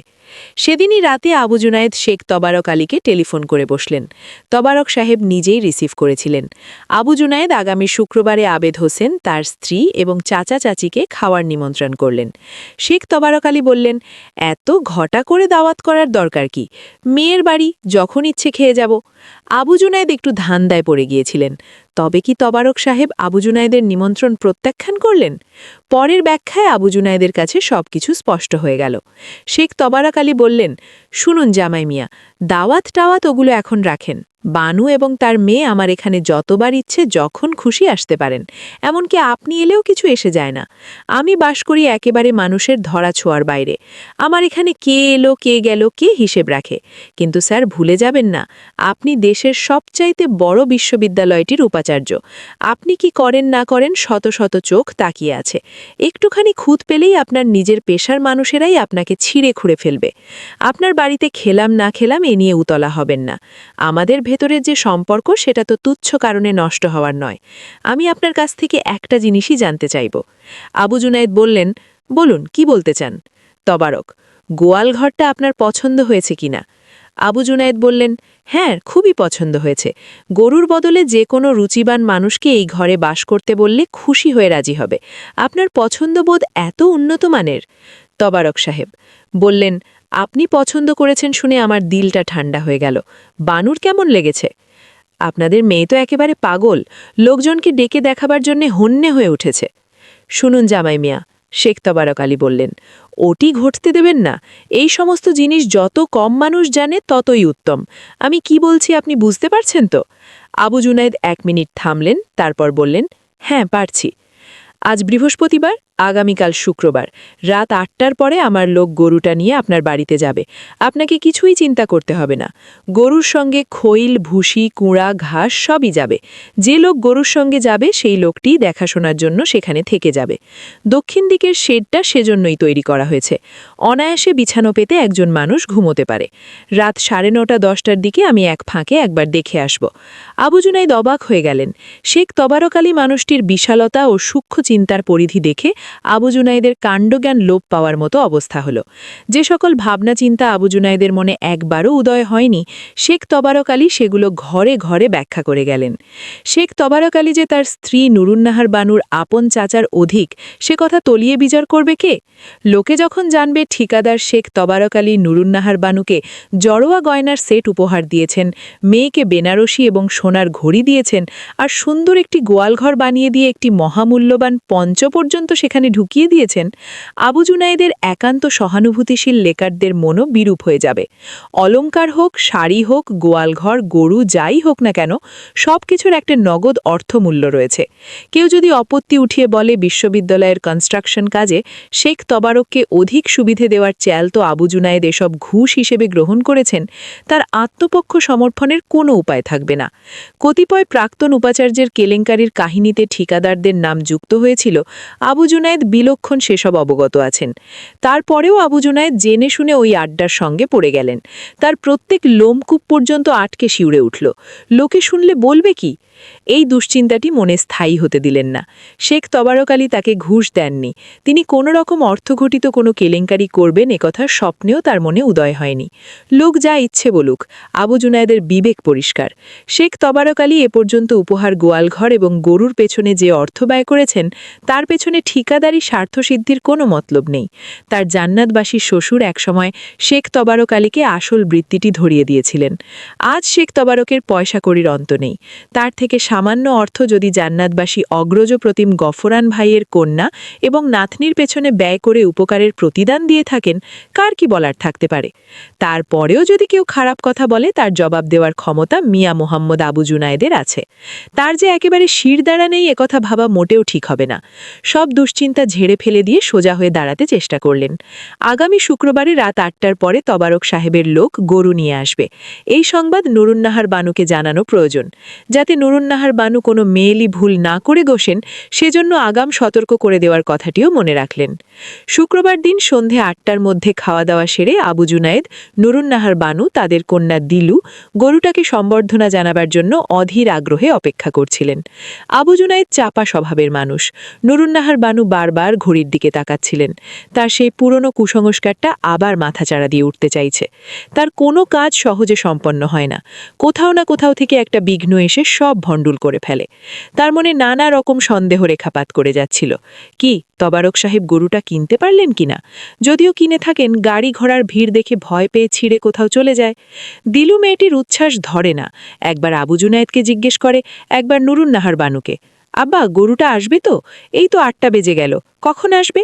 শুধু আমি টিভি প্রোগ্রামটা মিস করলাম। নুরুন্নাহার বানু এত বড় ধিঙ্গি মেয়ের আদেখলেপনা দেখে একটা কিল উঠিয়েছিলেন। আবু জুনায়েদ তার হাতটা চেপে ধরলেন। অতএব মেয়েটি কিল খাওয়া থেকে রক্ষা পেয়ে গেল। ঘড়ির কাঁটা 8:30 ঘরে ঠেকেছে। আবু জুনায়েদ নিজেকেই প্রশ্ন করেন, কি ব্যাপার, গরু আসে না কেন? এরকম তো হওয়ার কথা নয়। তবারক সাহেব এক কথার মানুষ এবং তার সময় জ্ঞান অত্যন্ত প্রখর। তিনি ধরে নিয়েছিলেন কোনো একটা অসুবিধে হয়েছে, আজ আর আসছে না। এ সময় দারোয়ান এসে জানালো 2জন মানুষ একটা গরু নিয়ে এসেছে। ঘাম দিয়ে জ্বর ছাড়ল সকলের। আবু জুনায়েদ, নুরুন্নাহার বানু, মেয়ে দিলু, ছোকরা চাকর, কাজের বেটি সকলে হুড়োহুড়ি করে নিচে নেমে এলেন। গরুসহ মানুষ 2জন ভেতরে প্রবেশ করল। সত্যি সত্যি একটা গরু উপাচার্য ভবনের কম্পাউন্ডের মধ্যে প্রবেশ করল। আবু জুনায়েদের কামনার ধন গরু। নতুন গরু কিনলে গোয়ালে ঢোকাবার আগে কতকগুলো আচার পালন করতে হয়। আবু জুনায়েদের তার একটাও মনে নেই। তিনি এত খুশি হয়েছেন যে হঠাৎ করে তার মুখ দিয়ে কোনো কথাই কথাই বেরোচ্ছিল না। মানুষ দুজন গরুটাকে বোগনভেলিয়ার ঝাড়ের নিচে দাঁড় করিয়ে রেখেছিলেন। ছায়া ছায়া অন্ধকারে পুরো চেহারাটা কারু চোখে ধরা পড়ছিল না। নয়, একটা আলো আনতে বললেন। দারোয়ান ওপরে গিয়ে একটা চার্জার নিয়ে এলো। এবার গরুর পুরো চেহারা সকলের নজরে এলো। আবু তিজনাইদের ইচ্ছে হল তিনি চিৎকার করে উঠবেন। কি অপূর্ব সুন্দর গরুটি! গায়ের রং উজ্জ্বল লাল, মাঝে মাঝে ডোরা কাটা দাগ। গরুটিকে পৌরাণিক বুর্রাকের মতো দেখাচ্ছে। যদি দুটি পাখা থাকত তাহলে পশুটি আকাশের দিকে উড়াল দিত। ওলানটা অল্প অল্প মধুভর্তি মৌচাকের মতো স্ফীত হবার পথে। সবচেয়ে সুন্দর চোখ দুটি, একটা অসহায় ভাব দর্পণের মতো প্রতিফলিত হচ্ছে। লেজের চামড়াটা সাদা। গরুটা অসহায় এবং কৌতূহলী দৃষ্টি দিয়ে লোকজনের দিকে তাকাচ্ছে। অল্প অল্প নড়াচড়া করছে এবং চারপাশ ভালো করে দেখে নিচ্ছে। যখনই গরুটা নড়াচড়া করে গলার ঘণ্টি থেকে টুং টুং টুং আওয়াজ বেরিয়ে আসে। শিকলটা ঝনঝন ঝন করে বেজে ওঠে। আবু জুনাইদের সারা জীবনের স্বপ্ন কামনা একটি গরুর আকার ধরে মূর্তিমান হয়ে সামনে দাঁড়িয়ে আছে। তার মুখ দিয়ে কোনো কথা বেরুল না। তিনি অভিভূতের মতো দাঁড়িয়ে গরুটি দেখছিলেন। নুরুন্নাহার মানুষ শিকল ধরে দাঁড়ানো লোকটির কাছে জানতে চাইলেন, আচ্ছা গরুর কাছে গেলে টুসাতে আসবে না তো? লোকটি উত্তর দিল, এ গরু টুসায় না, লাথি মারে না, ডরের কিছু নাই, যান কাছে যাই আদর কইরা দেখেন। নুরুন্নাহার বানু বললেন, থাক বাবা, আমার সাহস হয় না, জানোয়ার তো কখন কি করে বসে। নুরুন্নাহার বানুর মেয়েটি তার চাইতে সাহসী। সে গুটি গুটি পায়ে এগিয়ে এসে গরুর গলায় হাত রাখল। গরুটি একটু ঘুরে গিয়ে লম্বা জিভ বের করে তার বাহু চাটতে আরম্ভ করল। মেয়েটির কতুকুতু লাগছিল। দুপা পিছিয়ে এসে কলকণ্ঠে বলে উঠল, দেখা দেখো আব্বু, গরুটি কেমন করে আমার বাহু চাটতে ছুটে আসছে। আবু জুনায়েদ বললেন, তুমি সরে এলে কেন? চাটতে দাও না। বোঝা যাচ্ছে গরুটির বেশ দয়াময়া আছে। এবার উপাচার্য সাহেব এগিয়ে এসে গরুর পিঠে হাত রাখলেন। পশমের মতো সুন্দর কেশের স্পর্শ সুখ অনুভব করলেন। গরুটি আবার আবু জুনায়েদের শরীরের অনাবৃত অংশ চাটবার জন্য জিভ বের করল। আবু জুনায়েদ পাঞ্জাবির আস্তিন গুটিয়ে নিয়ে হাতটি প্রসারিত করে দিয়ে বললেন, বেটি চাট। আবু জুনায়েদের ইচ্ছে হল ওলানটা একটু ধরে দেখবেন। স্ত্রী এবং কন্যার উপস্থিতিতে সেটা করা সঙ্গত হবে না মনে হওয়ায় বিরত থাকলেন। তিনি নানা জায়গায় হাত বুলিয়ে গরুর শরীরের উত্তাপ অনুভব করছিলেন। তার স্বামী একটা গরুকে নিয়ে লোকজনের সামনে এত আদিক্ষেতা করবেন, নুরুন্নাহার বানুর সেটা সহ্য হল না। কণ্ঠস্বরে ঝাঁঝ মিশিয়ে বললেন, পিঠে হাত বুলিয়ে আদর করলেই চলবে নাকি? গরুকে তার জায়গায় নিয়ে যাও, খেতে দেবে কি সে কথা চিন্তা করো। দড়ি ধরা লোকটি বলে বসল, একটা মশানির প্রয়োজন হবে, এই জাতের গরু মশার কামড় সহ্য করতে পারে না। নুরুন্নাহার বানু বললেন, তুমি একটু ঠান্ডা হও, আমি দেখি কি করা যায়। তারপর তিনি ডাক দিলেন, ওই বুয়া শুনে যা। বুয়া এলে বললেন, আজ রাতের জন্যে তোমার মশারিটা গরুটাকে দিয়ে দাও, কাল সকালে অন্য ব্যবস্থা করা হবে। বুয়া বিড়বিড় করে বলল, মানুষটাকে মশায় খাও কোনো চিন্তা নাই, গরুর বাচ্চারে মশারি লাগায় দাও, মাইনসের বিচার। কিন্তু সে ৮-১০ জায়গায় তালি মারা নিজের মশারিটা এনে দিল। লোকটি এক ঝলক দেখেই বলে দিল, ওই মশারি তো ৩ হাত লম্বা ২ হাত পাশ, গরুটা কত লম্বা জানেন? ৪.৫ হাত, চলবে না। আবু জুনাইদ বললেন, আজকে কোনো রকমে থাকুক, কাল নতুন মশারির ব্যবস্থা করব। নুরুন্নাহার বানু চেটে গেলেন। তিনি কোনো কথা ভেতরে রাখতে পারেন না। লোকজনের সামনেই বলে বসলেন, বাড়িতে পাড়া দিতেই নতুন মশারির দাবি, কাল সকাল হলে আরও কত কিছুর প্রয়োজন হবে। আবু জুনাইদ অপ্রস্তুত হয়ে গেলেন। নুরুন্নাহার বানুর কথাগুলো তোবারক সাহেবের কানে গেলে তিনি অসন্তুষ্ট হতে পারেন। তিনি বললেন, তুমি চুপ করো, আমি কিছু একটা ব্যবস্থা করতে চেষ্টা করব। ভাই, আপনি গরুটা ওই দিক দিয়ে গোয়ালঘরে নিয়ে যান। দারোয়ান, গোয়ালঘরের বাতিটি জ্বালিয়ে দাও তো। দারোয়ান বলল, স্যার, গোয়ালঘরে তো আলোর বন্দোবস্ত করা হয়নি। আবু জুনায়েদ এই প্রথমে শেখ তোবারক আলীর ব্যবস্থাপনার মধ্যে একটা ত্রুটি আবিষ্কার করলেন। লোকটি বলল, স্যার, এই জাতের গরু আন্দাইরে থাকতে পারে না। আবু জুনাইদ হিসেহারা হয়ে বললেন, কি করব বাবা, তুমিই বলে দাও। শুনলে তো, গোয়ালঘরে আলো নেই। লোকটি বলল, আমি এক কোয়া কথা কমু, আপনার মন লয় কিনা চিন্তা করবেন। আবু জুনাইদ বললেন, হ্যাঁ বাবা বলো। আজই রাইতে বড় দালানের বারান্দার একপাশে থাকুক। আবু জুনাইদ বললেন, ঠিক আছে বাবা, ওই থামটার সঙ্গে বেঁধে রাখো। নুরুন্নাহার বানু রেগেমেগে ওপরে চলে গেলেন, কিন্তু মেজাজটা প্রকাশ করলেন না। মনে মনে বলতে থাকলেন, লোকটি বললে গরুটিকে নুরুন্নাহার বানুর বিছানায় শোয়াতে হবে, আবু জুনাইদ চতুষ্পদের বাচ্চাকে তার খাটে উঠিয়ে দিতে কুণ্ঠিত বোধ করতেন না। গরুটা থামের সঙ্গে বেঁধে লোক দুজন চলে গেছে। আবু জুনাইদ এই নিরিবিলি মুহূর্তটিতে সম্মুখ পাশ্চাৎ নানা দিক থেকে দেখছিলেন। এই সময় একটি কণ্ঠস্বর শুনলেন, স্যার, বেয়াদবি মাফ করবেন, পারমিশন না নিয়ে আপনাকে বিরক্ত করতে এলাম। তিনি তাকিয়ে দেখেন সামনে দাঁড়িয়ে আছেন তারই বিভাগ অর্থাৎ রসায়ন শাস্ত্রের অ্যাসোসিয়েট প্রফেসর আদপাগলা মুস্তাফিজুর রহমান। আবু জুনাইদ বিরক্ত হয়েছেন। যা হোক সেটা গোপন করে বললেন, কি খবর মুস্তাফিজুর, এত রাতে? মুস্তাফিজুর রহমান বললেন, স্যার, প্রথমেই আপনাকে জানানোর জন্য ছুটে এসেছি। কাজটি আপনার সঙ্গে পরামর্শ করেই শুরু করেছিলাম। এই এতদিনে প্রবলেমটার একটা সলিউশন পাওয়া গেছে। এই যে দেখুন, ইউএসের প্রিন্সটন ইউনিভার্সিটি থেকে ডক্টর রবার্টসন ফ্যাক্স করে জানিয়েছেন আমার সলিউশনটা কারেক্ট। এই লাইনে ডক্টর রবার্টসন সর্বশ্রেষ্ঠ অথরিটি। কেমিস্ট্রির ইতিহাসে এটা বড় ঘটনা। মোস্তাফিজ ফ্যাক্সের কপিটা আবু জুনায়েদের দিকে বাড়িয়ে ধরে বললেন, এই যে দেখুন। আবু জুনায়েদ কপিটা একবার দেখলেন বটে, কিন্তু পড়ে দেখার প্রবৃত্তি হল না। মুস্তাফিজ ফারিবকে বললেন, মুস্তাফিজ, আমি এখন অন্য চিন্তায় মগ্ন আছি। একটা গরু সংগ্রহ করেছি, ভালো জাতের গরু। মশার আক্রমণ থেকে গরুকে রক্ষা করার জন্য একটি বড়সড় মশারি কোথায় পাওয়া যায় সে ব্যাপারটা নিয়ে ব্যস্ত আছি। কাল সকালে আপনার ফ্যাক্স পড়ে দেখব। ফ্যাক্সের কপিটা রেখে যেতে পারেন, না নিয়ে যান, কাগজপত্রের ভিড়ও হারিয়ে যাবে। মুস্তাফিজ হতাশ ভঙ্গিতে টলতে টলতে বাইরে চলে এলেন। ওই এত রাতে ভুল জায়গায় কেন এলেন, মনে ভীষণ অনুতাপ জন্মাতে লাগল। রাত 10:30টার সময় শেখ তবারক আলী উপাচার্য ভবনে এলেন। তিনি ছিপ নৌকোর মতো লম্বাটে একটি স্পোর্টস কারে চড়ে এসেছেন। আবু জুনায়েদকে খবর দেওয়ার প্রয়োজন ছিল না। তিনি বারান্দায় দাঁড়িয়ে গরুটাকে নানা দিক থেকে দেখছিলেন। বড় সুন্দর গরু, দেখে দেখে আশ মিটে না। আবু জুনায়েদ বিস্ময় ভরা মুগ্ধতার ভেতরে এতই ডুবেছিলেন যে শেখ তবারক আলী কখন তার পাশটিতে এসে দাঁড়িয়েছেন খেয়াল করতে পারেননি। শেখ তবারক কাঁধে হাত রাখলেন, তাকে দেখে চমকে উঠলেন। তবারক সাহেবের বদলে চাচা শব্দটি তার মুখে এসেই গিয়েছিল প্রায়, কিন্তু ডাকা হল না। মাথা ঝুঁকিয়ে কদমবুসি করার ইচ্ছেও তাকে দমন করতে হল। শেখ তবারক আলী জিজ্ঞেস করলেন, গরু পছন্দ হয়েছে? বারে, পছন্দ হবে না, এত সুন্দর গরু, জবাব দিলেন আবু জুনায়েদ। মা বানু এবং নীলুর পছন্দ হয়েছে? সেসব আপনি তাদের কাছ থেকে শুনবেন, চলুন ওপরে যাই। শেখ তবারক আলী আবু জুনায়েদের পিছে পিছে পা বাড়িয়েছিলেন, কিন্তু হঠাৎ ঘুরে দাঁড়িয়ে প্রশ্ন করে বসলেন, গোয়াল ঘরে না নিয়ে গরুটা এখানে বেঁধে রেখেছেন কেন? আবু জুনায়েদ জবাব দিলেন, আপনার লোকটা বলল এই জাতের গরু অন্ধকারে থাকতে পারে না, তাই আজ রাতটা এখানেই রেখেছি। সে কি, গোয়াল ঘরে কারেন্ট দেয়নি? শেখ তবারক আলী হতবাক হয়ে গেলেন। তারপর আক্ষেপের সুরে বললেন, এই সমস্ত ইডিয়েটদের নিয়ে কাজ করে সুখ নেই। শেখ তবারক আলী আবু জুনায়েদের সঙ্গে ওপরে এলেন। দীপু নানা এসেছেন বলে শোরগোল শুরু করে দিল। মজা করে শেখ তবারকের মাথা থেকে টুপিটা তুলে নিয়ে নিজের মাথায় দিল। তিনি আদর করে নাতনির চুল ধরে টানলেন, নাক এবং গাল টিপে দিলেন। বললেন, টুপিতে নাতনিকে সুন্দর মানিয়েছে। নুরুন্নাহার বানু এসে চাচাকে সালাম করলেন। শেখ তবারক তার ভ্রাতুষ্পুত্রীর মাথায় হাত দিয়ে আদর করলেন। জিজ্ঞেস করলেন, কেমন আছো মা বানু? নুরুন্নাহার বানুর আগত স্বরে বললেন, চাচা, আপনার সঙ্গে কথা বলবো না। শেখ তবারক অবাক হওয়ার ভঙ্গিতে বললেন, কেন মা বানু পাগলি, আমি আবার অন্যায়টা কি করলাম? কথা বলবো না তার প্রথম কারণ, আপনি আসবেন বলেছিলেন, আসেননি, আর দ্বিতীয়টি থাক, বলতে বলতে থেমে গেলেন। শেখ তবারক আলী বললেন, এই তো মা, আমি এসেছি, এখন দ্বিতীয় কারণটি বলো। চাচা, আপনি একটু গরু পাঠিয়ে মস্ত ফ্যাসাদের মধ্যে ফেলে দিয়েছেন। ঘরে না আসতেই গরুর দাবি জমকালো মশারি চাই।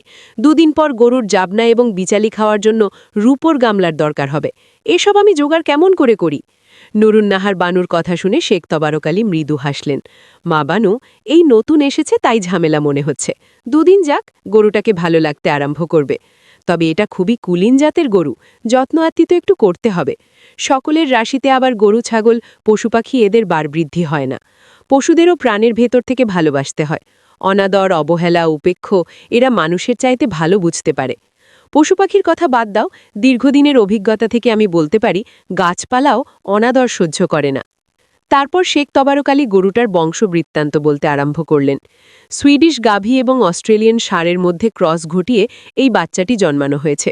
সরকারি লাইভস্টক ডিপার্টমেন্টকে তার জন্য অনেক কাঠখড় পোড়াতে হয়েছে। অনেক দিন থেকেই চেষ্টা করে আসছিলেন, একটিমাত্র সফল বাচ্চা জন্মানো সম্ভব হয়েছে, আর সেই বাচ্চাটি এখন বানুদের বাড়িতে এসেছে। ছিপ নৌকোর মতো লম্বা বলেই এই প্রজাতিটির নামকরণ করা হয়েছে তরণী। দিলু বলল, না না, ঠিক আছে, আমরা নতুন গরুটির নাম রাখলাম তরণী, ওকে তরণী নামেই ডাকব। শেখ তবারক আলী বললেন, মাশাআল্লাহ, আমার ওই নাতনিটার বৃদ্ধি বিবেচনা ভারী পরিষ্কার। তারপরে শেখ তবারক বলে যেতে লাগলেন, বাংলাদেশে এই প্রজাতির গরু এই একটিই আছে। বাচ্চা অবস্থা থেকে চতুষ্পদ শিশুটির প্রতি অনেকেরই নজর ছিল। গ্লোব ইন্টারন্যাশনালের মানিক নব্যধনী খলিলুল্লাহ সাহেব নিলামের সময় ৮৫,০০০ পর্যন্ত উঠেছিলেন। শেখ তবারক এক লাফে আরও ৫,০০০ টাকা বাড়িয়ে দিয়ে এই গোকন্যাটিকে হস্তগত করেছেন তার মেয়ে এবং নাতনির জন্য। এই গরুটির দাম ৯০,০০০ টাকা। এই পরিমাণ টাকা নগদে শোধ করে তার ভ্রাতুষ্পুত্রী এবং নাতনির জন্য গরুটা কিনেছেন। শুনে আবু জুনায়েদের মুখের হাঁটা বড় হয়ে গেল। নুরুন্নাহার বানুর মুখে সহসা কোনো কথা জোগাল না, কেবল দিলু মন্তব্য করল, না না, আপনার দিলটা অনেক বড়। কত বড় বলো দেখি নাতনি? অনেক বড়, বঙ্গোপসাগরের মতো। গরুর সেবা যত্নের বিষয়ে কিঞ্চিত পরামর্শ দিলেন শেখ তবারক। তিনি বললেন, গরুটিকে সবসময় না ঠান্ডা না গরম জায়গায় রাখতে হবে। শীতের দিনে কুসুম গরম পানি দিয়ে প্রতিদিন স্নান করাতে হবে, আবার গরমের দিনে শীতল পানি দিয়ে স্নান করাতে হবে। কম্বল, মশারি এসব তো অবশ্যই প্রয়োজন। দেশি ঘাসে গরুটির ভীষণ অরুচি। শেখ তবারক লাইভস্টক ডিপার্টমেন্টের খামার থেকে নিয়মিত ঘাস সরবরাহের একটা আপাত বন্দোবস্ত করেছেন। ওই জাতীয় ঘাস বাড়ির পেছনে চাষ করানো যায় কিনা পরীক্ষা করিয়ে দেখবেন। গরমের দিন যখন আসবে, একটা এয়ার কুলার সেট করার ইচ্ছেও তার মাথায় আছে। আরও কতিপয় বিষয়ে তিনচিত উপদেশ দিয়ে শেখ তবারক আলী উঠে দাঁড়ালেন। অনেক সাধ্য সাধনা করেও নুরুন্নাহার বানু, আবু জুনায়েদ, নীলু তাকে এক চায়ের অধিক কিছু খাওয়াতে পারলেন না। 10 আবু জুনায়েদের দুলালি দিলু একটা মস্ত কাণ্ড করে বসল। আবেদ হোসেনকে দিয়ে গোয়ালঘরের দরজায় একটা নেমপ্লেট লাগিয়ে দেয়া হলো। গরুটির যেহেতু তরণী নামকরণ করা হয়েছে, সুতরাং গোয়ালটির নাম হল তরণী নিবাস। আরও কিছু কথা যোগ করার ইচ্ছে দিলুর ছিল, যেমন এই প্রজাতির গরু বাংলাদেশে এই একটি আছে এবং গরুটির মা বাবা উভয়েই শ্বেতাঙ্গ সম্প্রদায়ভুক্ত। বাবা অস্ট্রেলিয়ান, মা সুইডিশ। আবেদ হোসেন দিলুকে বুঝাতে সক্ষম হলেন যে তার কোনোই প্রয়োজন নেই। গরুটি যে একবার দেখবে, প্রথম দর্শনেই বুঝে যাবে এটা ভিন্ন জাতের গরু, বাংলাদেশের গরু সম্প্রদায়ের আত্মীয়স্বজন কেউ নয়। এই চতুষ্পদের বেটি, তারপরেও জাতীয়তার বিচারে তরণীকে বাংলাদেশি বলতে হবে, কারণ তার জন্মস্থান বাংলাদেশ। অন্য কেউ হলে দিলুকে অত সহজে নিবৃত্ত করা যেত না। তবে আবেদ হোসেনের কথা আলাদা। আবেদ ভাই দেখতে কি হ্যান্ডসাম, আমেরিকায় পড়াশোনা করেছেন, অথচ একটুও অহংকার নেই। কীরকম সপ্রতিভভাবে কথা বলেন, পাজেরোর স্টিয়ারিং হুইল ধরার ভঙ্গিটা কি চমৎকার। দিলুর তো ইচ্ছে করে আবেদ ভাইয়ের সঙ্গে একটু ঘুরে টুরে আসে। তরণী, হ্যাঁ, গরুটিকে এখন থেকে এ নামেই ডাকতে হবে। অস্ট্রেলীয় বাধার ঔরসে সুইডিশ মাতার গর্ভে যার জন্ম, বাংলাদেশের মাননীয় পশু বিশারদেরা দেশি নৌকার সঙ্গে যার আকৃতির সাদৃশ্য দেখতে পেয়ে এই চমৎকার নামটি দিয়েছেন, তার প্রতি সম্মান না দেখালে অন্যায় করা হবে। তরণী নিবাসে আসার পর থেকে আবু জুনায়েদের পারিবারিক জীবনে নানা রকম গণ্ডগোল ঘটতে আরম্ভ করল। আবু জুনায়েদ অতিশয় কর্মব্যস্ত মানুষ। বিশ্ববিদ্যালয়ের শিক্ষক সম্প্রদায়, কর্মচারী মণ্ডলী, ছাত্রছাত্রীর কাছে কোথাও না কোথাও একটা ঘাপলা প্রতিদিন লেগেই আছে। কোথাও খুন হচ্ছে, কোথাও ভাঙচুর চলছে, মাইনে বাড়ানো, পরীক্ষা পেছানো, এই জাতীয় কত রকমের দাবি বর্ষার চকচকে ফলার মতো ধারালো হয়ে জেগে উঠছে। সরকারের মন্ত্রী মহোদয় চোখ রাগাচ্ছেন, বিরোধী দলের নেতা হুঁশকার দিচ্ছেন। সব কিছুর দায়ভাগ শেষ পর্যন্ত আবু জুনায়েদকেই বইতে হয়। কোন দিক কিনি সামলাবেন? বিশ্ববিদ্যালয়ের রুটিন বাধা প্রশাসনিক কাজের পরিমাণও অল্প নয়। সামাল দিতে গিয়ে আবু জুনায়েদকে হিমশিম খেয়ে যেতে হয়। তার ওপর চারদিকে অসন্তোষ। তার নিজের দলটির শিক্ষকবৃন্দের মধ্যে ঝগড়া ফ্যাসাদ লেগেই আছে। অনেক কিছুর আশায় যারা ডোরাকাটা দলে যোগ দিয়ে আবু জুনায়েদকে সমর্থন করেছিলেন, তাদের অনেকেই তার বিরুদ্ধে সমালোচনা মুখর হয়ে উঠেছেন। দল ছেড়ে যাবেন বলে হুমকি দিচ্ছেন। তার বিরুদ্ধপক্ষের লোকেরা প্রচার করতে আরম্ভ করেছেন, প্রাক্তন উপাচার্য আবু সালেহ 5 বছরে যে পরিমাণ অনিয়ম করতে পারেননি, আবু জুনায়েদ 5 মাসে তার দ্বিগুণ করে ফেলেছেন। শুধুমাত্র তার দলের শিক্ষকদেরই পদোন্নতি ঘটেছে। বিদেশে যাওয়ার সুযোগ তারাই হাতিয়ে নিয়েছেন।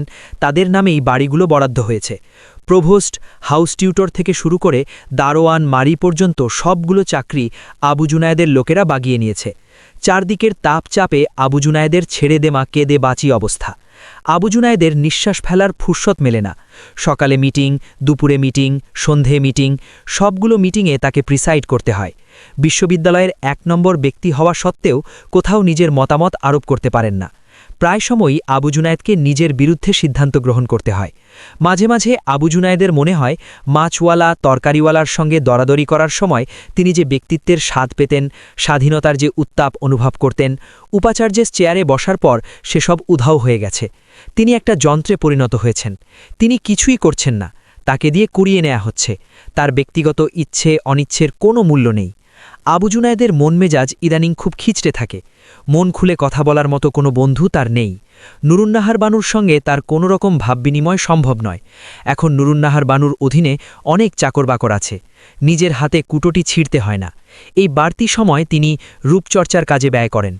মেয়ের সঙ্গে পাল্লা দিয়ে মুখে কাঁচা হলুদ, মুসুর ডাল বাটা এসব মাখেন। শ্যাম্পু দিয়ে মাথার হালকা হয়ে যাওয়া চুলগুলো ফাঁপিয়ে ফুলিয়ে তোলেন। জুতোর হিলের উচ্চতা বৃদ্ধি করেই যাচ্ছেন। যখন তখন গাড়ি নিয়ে বেরিয়ে যান। আবু জুনায়েদ প্রয়োজনের সময়ও গাড়ি পান না। ভেতর বাইরে দুদিকের চাপ যখন প্রবল হয়ে ওঠে, আবু জুনায়েদ তরণী নিবাসে গরুটির কাছে ছুটে যান। ক্রমাগত যাওয়া আসার ফলে গরুটি তাকে চিনে ফেলেছে। তিনি যখন সামনে গিয়ে দাঁড়ান, গরুটি তার দিকে অপলক নয়নে তাকিয়ে থাকে।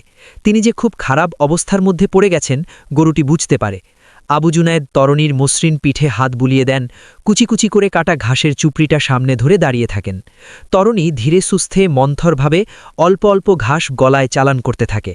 তরণীর কাছে যতক্ষণ থাকেন তিনি সম্পূর্ণভাবে ভিন্ন জগতের বাসিন্দা হয়ে যান। তার মনে কোনো সন্তাপ, কোনো দুশ্চিন্তা থাকে না। তিনি নিজের কাছে অনেক পরিমাণে লঘু হয়ে উঠতে পারেন।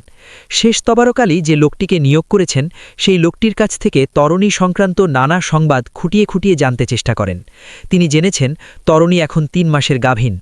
৬ মাসের মধ্যে তার বাচ্চা হবে। তখন তরণী মাসে আধমন করে দুধ দেবে। কিন্তু গাভীন অবস্থায় এ ধরনের গরুকে খুব সাবধানে রাখতে হয়। গরুকে নিয়মিত হাঁটাচলা করানো প্রয়োজন, যাতে করে তার শরীরের সবগুলো অঙ্গপ্রত্যঙ্গ সচল থাকে। প্রসব করার সময় যে কঠিন শ্রম করতে হবে, তার জন্য নানা পদ্ধতি প্রয়োগ করে আসন্ন গুরু দায়িত্ব সম্পর্কে তরণীকে প্রস্তুত করতে হবে। কি কি করতে হবে তার সবটা লোকটিরও জানা নেই। যখন সময় ঘনিয়ে আসবে, তবারক সাহেব বলেছেন নিয়মিত ডেয়ারি ফার্ম থেকে পশু ডাক্তার এসে দেখে যাবেন। তরণীর পেটের বাচ্চাটির সম্বন্ধেও আবু জুনায়েদ কৌতূহলী হয়ে ওঠেন। স্থির করলেন কিভাবে নিরাপদ প্রসব করানো যায়, সে বিষয়ে তিনি খবরাখবর নেবেন। এই চতুষ্পদ দুহিতার কাছে আসা যাওয়া করতে গিয়ে আবু জুনায়েদের সামনে শব্দ এবং রূপের একটা নতুন জুগত উন্মোচিত হল। আবু জুনায়েদ গ্রামের ছেলে। গ্রামে থাকতে তিনি কখনো পাখির ডাক শুনেছেন মনে পড়ে না। গাছে পাতা হয় এ তথ্য তার অজানা ছিল না। কিন্তু মাঘ মাসে শীর্ণ গাছের শরীর থেকে কি করে পত্রান্তর বিকশিত হয় তিনি দেখেননি। পরন্ত বিকেলে নিরিবিলি গরুটিকে সঙ্গী দান করতে গিয়ে গাছের ডালে ডালে পাখিদের ওড়াওড়ি প্রত্যক্ষ করেন। তিনি ঘুঘুদের গলা ফুলিয়ে ডাকতে শোনেন। বুলবুলির টুকরো টুকরো মিষ্টি আওয়াজ, শালিকের কিচিরমিচির ডাক, দোয়েলের একটানা শীষ গুনতে শুনতে আবু জুনাদ ভিন্ন জগতের মানুষ হয়ে যেতেন। তিনি ভাবতে থাকেন, মানুষের ভেতর এত প্রতিহিংসা, এত রেশারেশি, এত ইঁদুর দৌড় কেন? মানুষের জীবন কত সংক্ষিপ্ত। পাখিদের ডাক গুনেই তো একটা জীবন কাটিয়ে দেয়া সম্ভব। তরণী নিবাসের পাশের জারুল গাছটির ডালে পাতা গজাতে আরম্ভ করেছে। পয়লা রং ছিল বেগুনি, এখন সবুজ হয়ে উঠেছে। জন্মানো থেকে ঝরে পড়া পর্যন্ত গাছের পাতারও একটা নিজস্ব জীবন আছে। এরকম সময়ে আবু জুনায়েদের এক ধরনের দার্শনিকতায় পেয়ে বসে। ইতপূর্বে যে কথা তার মনে আসেনি, সেসব বিষয় আস্তে আস্তে চিন্তার ভেতর ঘাই মারতে থাকে। মানুষের পরমায়ু কত সংক্ষিপ্ত। এই যে মানব জীবন, তা কি একেবারে অর্থহীন, নাকি মানব জীবনের একটা লক্ষ্য আছে? আবু জুনায়েদের জীবন নিজের অজান্তেই ৩টি ভাগে বিভক্ত হয়ে পড়েছে। নিয়মিত অফিসে যান, আসেন। নিজের দলের লোক তাকে অপদার্থ বলে সমালোচনা করেন। বিরুদ্ধপক্ষের লোক তার বিরুদ্ধে ক্ষমতা অপব্যবহারের অভিযোগ এনে জনমত তৈরি করছেন। সরকার ধাতানি দেন, বিরোধী দল হুমকি দেন। ছাত্ররা প্রতিদিন চিপে ধরে স্পঞ্জের মতো রস বের করে ছাড়ছে। পাশাপাশি রয়েছে তার পারিবারিক জীবন। আবু জুনায়েদের ৩টি প্রাণী মাত্র: স্ত্রী নুরুন্নাহার বানু, মেয়ে দিলু এবং স্বয়ং তিনি। পারিবারিক জীবনেও আবু জুনায়েদ সুখী নন। নুরুন্নাহার বানুর চাহিদা উত্তরোত্তর বেড়েই চলেছে। তার দুর্মূল্য জড়োয়া গয়না হয়েছে, হুকুম তামিল করার চাকর বাকর হয়েছে, এমনকি লাবণ্যও অনেক দূর বৃদ্ধি পেয়েছে। কিন্তু তার উচ্চাকাঙ্ক্ষার পরিধি অনেক দূর বিস্তৃত। বিশ্ববিদ্যালয় পাড়ার শিক্ষক গিন্নি, যারা অতীতে নুরুন্নাহার বানুর সঙ্গে ভালো ব্যবহার করেননি, দেখিয়ে দিতে চান ফারাকটা কতদূর। নুরুন্নাহার বানু কোথায় আর তাঁরা কোথায়? তার ভাইরা যে সমস্ত ছোট লোকের মেয়েদের বউ করে এনেছেন, তাদের সঙ্গেও একটা ভয়শালা করতে হবে বইকি।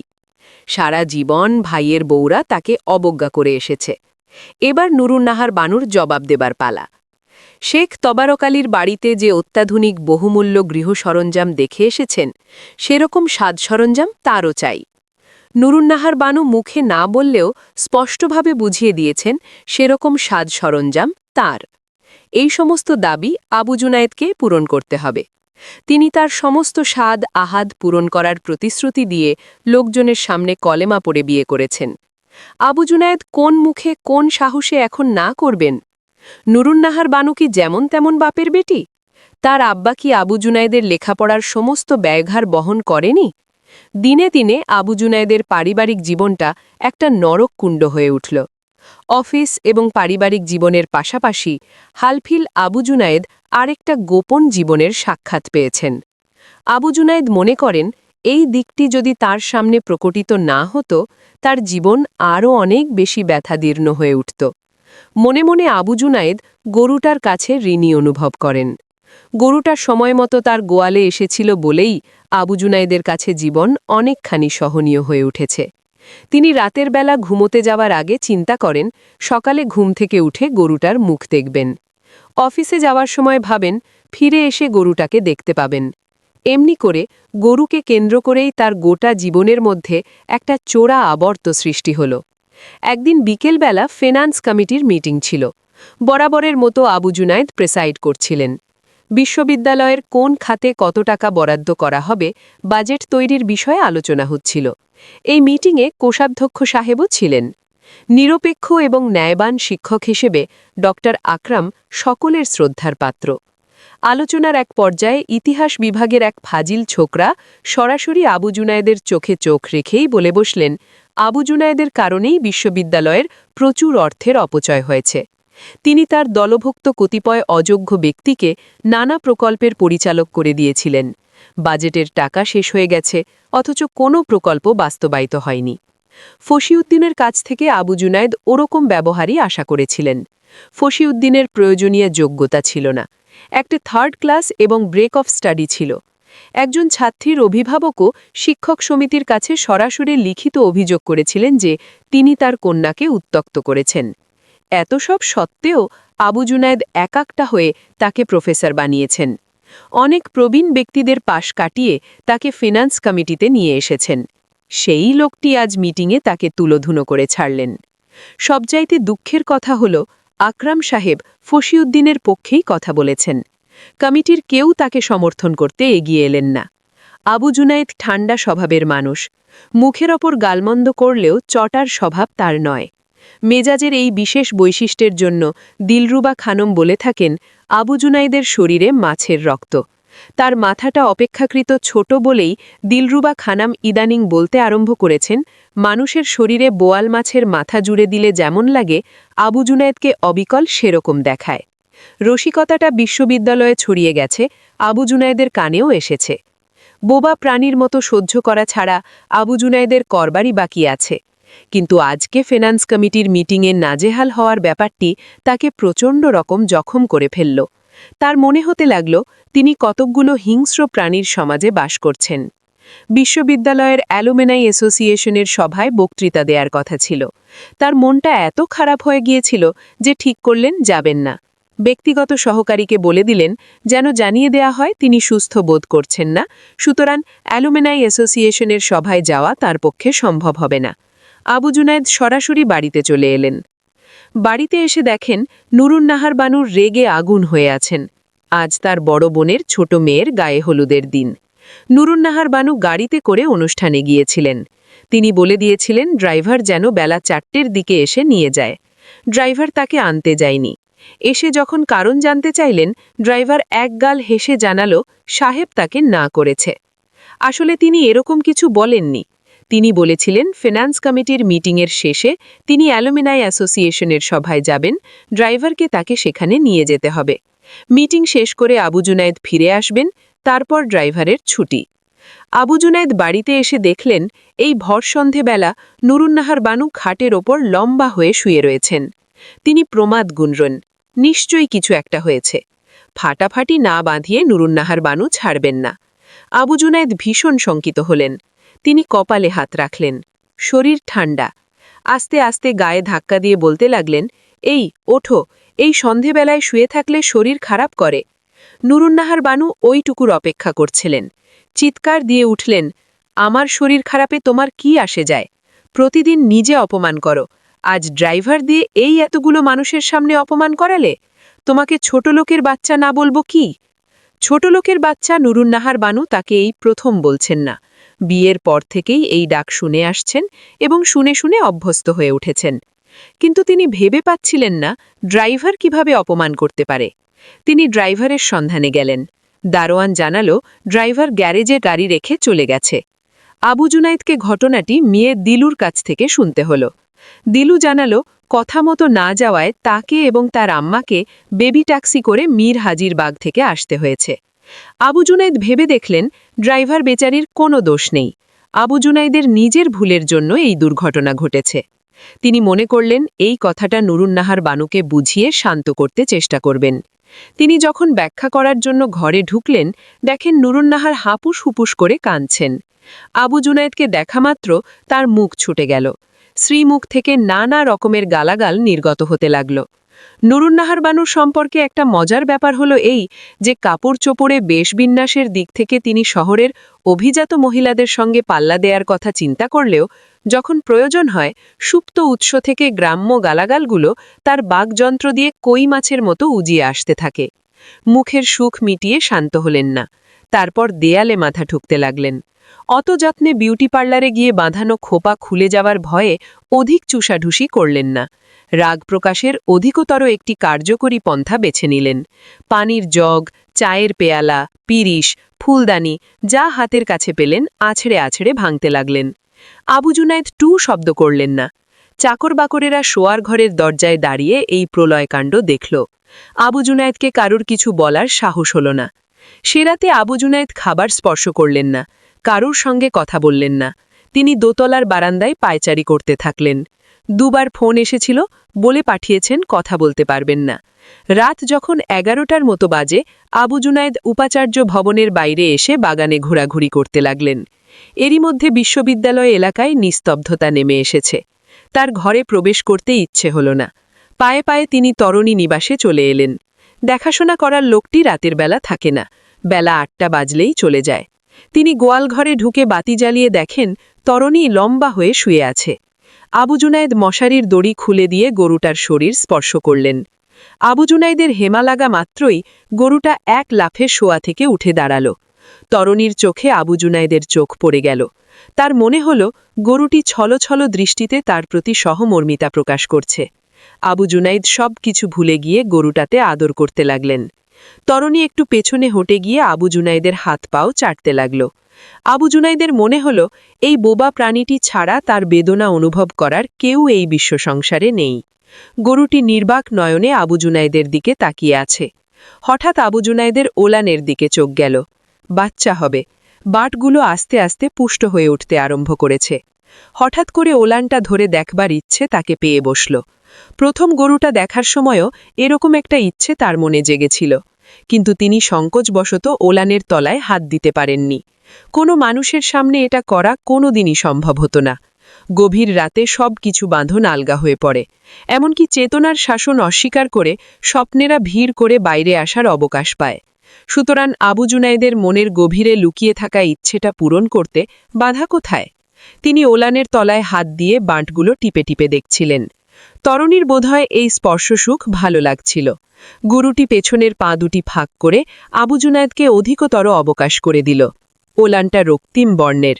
এই তুলতুলে মাংসপিণ্ড স্পর্শ করা মাত্রই তার স্মৃতিতে ভেসে উঠল আজ থেকে অনেক দিন আগে, যখন তার সবে গোঁফ গজেছে, শিশ্নের মধ্যে বীর্য সঞ্চার হয়েছে, এক দূর সম্পর্কীয়া মামি আবু জুনাইদকে দিয়ে তার বিশাল বিশাল স্তন মর্দন করিয়েছিলেন। আবু জুনাইদের মনে সেই পুলক, সেই অনুভূতি জেগে উঠল। আবু জুনাইদের মনে হল তরণীর এই রক্তিম ওলান, এই স্ফীত বাঁটগুলোর মধ্য দিয়ে চরাচরের নারী সত্তা প্রাণ পেয়ে উঠেছে। আবু জুনায়েদের হাতে ঘড়ি ছিল না। রাত কত হয়েছে ধারণা নেই।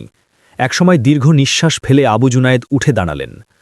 মশারিটা ফের খাটিয়ে দিতে গিয়ে দেখতে পেলেন জানালার পাশে মনুষ্য ছায়া বাঁকা হয়ে পড়েছে। আবু জুনায়েদ একটু শিহরিত হলেন। এত রাতে এই গোয়াল ঘরে তার খোঁজ করতে কে আসতে পারে? তিনি জিজ্ঞেস করলেন, কে? আমি। নুরুন্নাহার বানুর কণ্ঠস্বর। তুমি এখানে কেন এসেছ? আবু জুনায়েদ জানতে চাইলেন। আবিয়ানো গাইয়ের গুলানে কি খোঁজ করছো একটু দেখে জীবন সার্থক করতে এলাম। আবু জুনায়েদ আশা করেননি নুরুন্নাহার বানু এভাবে তার ওপর গুপ্তচর বৃত্তি করতে পারেন। প্রথমে একটু অপ্রস্তুত হয়ে গিয়েছিলেন, সেটা সামলে উঠলেন। চরম বিতৃষ্ণায় তিনি চিন্তা করলেন এই মেয়ে মানুষটির হাত থেকে এ জীবনে তিনি নিষ্কৃতি পাবেন না। নুরুন্নাহার বানুর কথার জবাব দিতে গিয়ে সমান রূঢ়তা সহকারে বলে বসলেন, সেটা জেনে তোমার লাভ কি? তোমার কি আছে? তুমি ওলানের মধ্যে কি খোঁজ করছি এটা জানতে এখানে গুপ্তচরগিরি করতে এসেছ, অথচ তুমি ঝগড়াকাটির একটা বাক্স ছাড়া আর কি? এ কথা তো তুমি বলবে। তোমার বাপ দাদা 14 গোষ্ঠী সকলে গরুর সঙ্গে কুকর্ম করেছে, তুমি সেই বংশের ছাওয়াল, একই কাজ তোমাকে করতে হবে। নুরুন্নাহার বানুর চোখ দুটো থেকে ঠেকড়ে আগুন বেরিয়ে এলো। আবু জুনায়েদ আবঝা অন্ধকারে লাল চোখ দেখতে পেলেন। সেই কুৎসিত বাদ প্রতিবাদের রাত নুরুন্নাহার বানু এবং আবু জুনায়েদ কিভাবে কাটিয়েছেন এ নিয়ে চাকর বাকরেরা এক একজনা এক এক রকম কথা বলে থাকে। তারপরে আরও কিছু ঘটনা ঘটে গেল, সেগুলো সবিস্তাবে না হোক সংক্ষেপে বলা প্রয়োজন। উপাচার্য ভবনে আবেদ হোসেনের অবারিত গোত্তায়াত, বিশ্ববিদ্যালয়ের কনস্ট্রাকশন কাজ তদারক করতে এলে নুরুন্নাহার বানুর সঙ্গে সাক্ষাৎ করে যান। নুরুন্নাহার বানু তবারক চাচার এই সুদর্শন জামাইটিকে পছন্দ করেন, কারণ শুধু তার চেহারা নয়, স্বভাব, চরিত্র, কথাবার্তা সব সুন্দর। মাঝে মাঝে আবেদকে নুরুন্নাহার বানুর ছোট ভাইটির মতো আদর করতে ইচ্ছে হয়। সব দিন নুরুন্নাহারির সঙ্গে আবেদের সাক্ষাৎ হয় না। এদিকে নুরুন্নাহার বানুর মনে অন্যরকম একটা ভাবনা কাজ করছিল।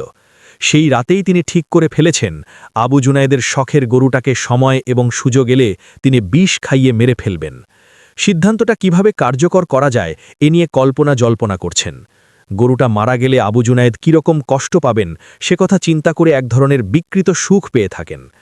আবু জুনায়েদের এই শখের গরু যখন অক্কা পাবে, যখন নড়বে না, চড়বে না, নিঃসার হয়ে পড়ে থাকবে, তিনি চিবিয়ে চিবিয়ে বলবেন, তোমার আদরের গাভী প্রেমিকার কবরের ওপর একটা তাজমহল বানিয়ে দাও, যুগ যুগ তোমার নাম থাকবে। লোকজন যখন থাকে না, লুকিয়ে চুরিয়ে গরুটাকে দেখে আসেন।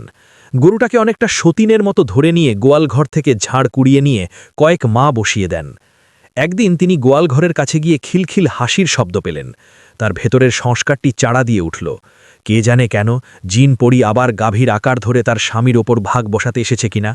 তিনি আরও একটু এগিয়ে গেলেন। দরজার ফাঁক দিয়ে যা দেখলেন তার সেই মুহূর্তে মরে যেতে ইচ্ছে হল। কি করবেন ভেবে পেলেন না। মিনিটখানেক সাড়ু হলে রইলেন। আবেদ হোসেন দিলুর স্তন টিপে টিপে আদর করছেন, যার উঁচু তার গলা জড়িয়ে ধরে খিলখিল করে হাসছে। নুরুন্নাহার বানুর মুখ থেকে স্বতঃস্ফূর্তভাবে বেরিয়ে গেল, হারামজাদি, আজ তোর একদিন আমার একদিন। আবেদ হোসেন গলার আওয়াজ শুনে তরিতা হাতের মতো উঠে দাঁড়ালেন। আপা, আপনি? বেরো কুত্তার বাচ্চা, বেরো। আবেদ হোসেন মুখটা নিচু করে নুরুন্নাহার বানুর সামনে দিয়ে বেরিয়ে গেলেন। এবার নুরুন্নাহার বানু প্রচণ্ড রোষে তার মেয়ের চুলের মুঠি ধরতে ছুটে গেলেন। মুখ দিয়ে গালাগালির খই ফুটতে থাকল। তার এই মূর্তি দেখে মেয়েটি কিন্তু একটুও ভয় পেল না। তুমি এরকম চেঁচামেচি করছো কেন? কি হয়েছে? কি হয়েছে হারামজাদি, তোমাকে দেখাবো। তিনি চুলের মুঠিতে হাত দিতে যাচ্ছিলেন। দিলু সোজা হয়ে দাঁড়িয়ে বলল, আম্মা বলে দিচ্ছি, গায়ে হাত দিও না, ভালো হবে না কিন্তু। হারামজাদি, আজ তোর গোড় দিয়ে ছাড়ব। গোড় দেয়া অত সহজ কাজ নয়, যা বলার বলো, গায়ে হাত দিতে চেষ্টা করো না। গায়ের জোরে আমার সঙ্গে তুমি পারবে না। হারামজাদি, এই কুত্তার সঙ্গে করছিলে কি? যা ইচ্ছে করছিলাম, তোমার কি? আবেদ ভাইয়ের সঙ্গে মজা করছিলাম। মজা করছিলি হারামজাদি? তোর কোন মায়ের পেটের ভাই? একটা আলগা বেটাকে তুই বুনি টিপতে দিলি? সো হোয়াট, আমি আবেদ ভাইকে বিয়ে করব। মেয়ের দুঃসাহস, নির্লজ্জতা এবং স্পর্ধা দেখে নুরুন্নাহার বানুর মুখ থেকে সহসা কথা বেরোল না। বিয়ে করবি জিজ্ঞেস করলেন তিনি। কেন নয়, আবেদ ভাইকে আমার দারুণ ভালো লাগে। বিয়ে করবি হারামজাদি? তার বউ আছে, বাচ্চা আছে, থাকুক না কেন। আবেদ ভাই এই বউকে নিয়ে সুখী নয়। তুই সুখী হবি? অনেক গালাগালি করেছ, আর চিৎকার করলে আমি এক্ষুনি বাড়ি থেকে বেরিয়ে যাব। সুখী হব না হব আমার ব্যাপার, তোমার তাতে কি? নিজের মেয়ের সঙ্গে নোংরা বচসার পর হঠাৎ করে নুরুন্নাহার বানু অনুভব করলেন তার সব কিছু শেষ হয়ে গেছে। তার তলার সবটুকু মাটি সরে গেছে। স্বামী তার অনুগত নয়, তাকে বিছানায় একা ফেলে একটা গরুর সঙ্গে রাতে এসে কি সব করে। আর নিজের মেয়েটির বাজারের খানকি হতে আর বাকি কই। তাবারক আলীর জড়োয়া গয়না, বেনারসি শাড়ি, সুন্দর করে বানানো গোয়াল ঘর, লক্ষ টাকা মূল্যের গাভীন গরু তাকে একদিকে সর্বশান্ত করে ফেলেছে। তিনি মনে মনে অনুভব করলেন তাবারক আলী একজন শয়তান। তিনি যা কিছু স্পর্শ করবেন সেখানে পাপ ছাড়া আর কিছুই জন্মাতে পারে না। তার সব মূলা করতে লাগল। এই অবস্থায় শোয়ার ঘরে ঢুকে আধা দিন ফুলে ফুলে কাঁদলেন। তারপর একসময় ঘুমিয়ে পড়লেন। বিকেল 4টের দিকে ঘুম ভেঙেছিল। সারা শরীরে অসম্ভব ক্লান্তি। নুরুন্নাহার বানুর উঠে দাঁড়ানোর ক্ষমতা নেই। নুরুন্নাহার বানুর ইচ্ছে হল এক্ষুনি যদি তিনি তাবারক আলীর দেওয়া সব কিছু ছুঁড়ে ফেলে দিতে পারেন তাহলে বাঁচার একটা উপায় হয়তো খুঁজে পাওয়া যেতে পারে। কিন্তু শাড়ি, গয়না ওসব তিনি ছুঁড়ে ফেলে দেবেন কোথায়? কাজের লোকজনের মধ্যে বিলিয়ে দিতে পারেন, কাজের বেটির গায়ে জড়োয়া গয়না কি মানায়, তার চেয়ে নুরুন্নাহার বানুর কাছেই থাকুক। নারী হৃদয় বড় বেশি সোনার বসি। আবু জুনায়েদ অফিস থেকে এসে নুরুন্নাহার বানুর সঙ্গে কোনো কথা বললেন না। নুরুন্নাহার বানুও কোনো কথা বলতে চেষ্টা করলেন না। এই একদিন এক রাতের মধ্যে তাদের মধ্যে একটা দুস্তর ব্যবধান সৃষ্টি হয়ে গেছে। হাজার চেষ্টা করেও কেউ কারো কাছে আসার উপায় পাচ্ছে না। নুরুন্নাহার বানুর মন থেকে ক্রমাগত ধিক্কার ধ্বনি উঠছিল। সমস্ত পৃথিবীতে এমন কোনো জায়গা আছে যেখানে তার এই মর্মান্তিক ক্ষতির কথা প্রকাশ করতে পারবেন? তিনি কোথায় যাবেন? তার মুখ দিয়ে তেতো ঢেকুর উঠছিল। এই বাড়িতে তিনি কিভাবে বাস করবেন? অনেক ভেবে অনেক চিন্তা করে স্থির করলেন রেবা তার ছেলে এবং বরকে আনিয়ে নেবেন।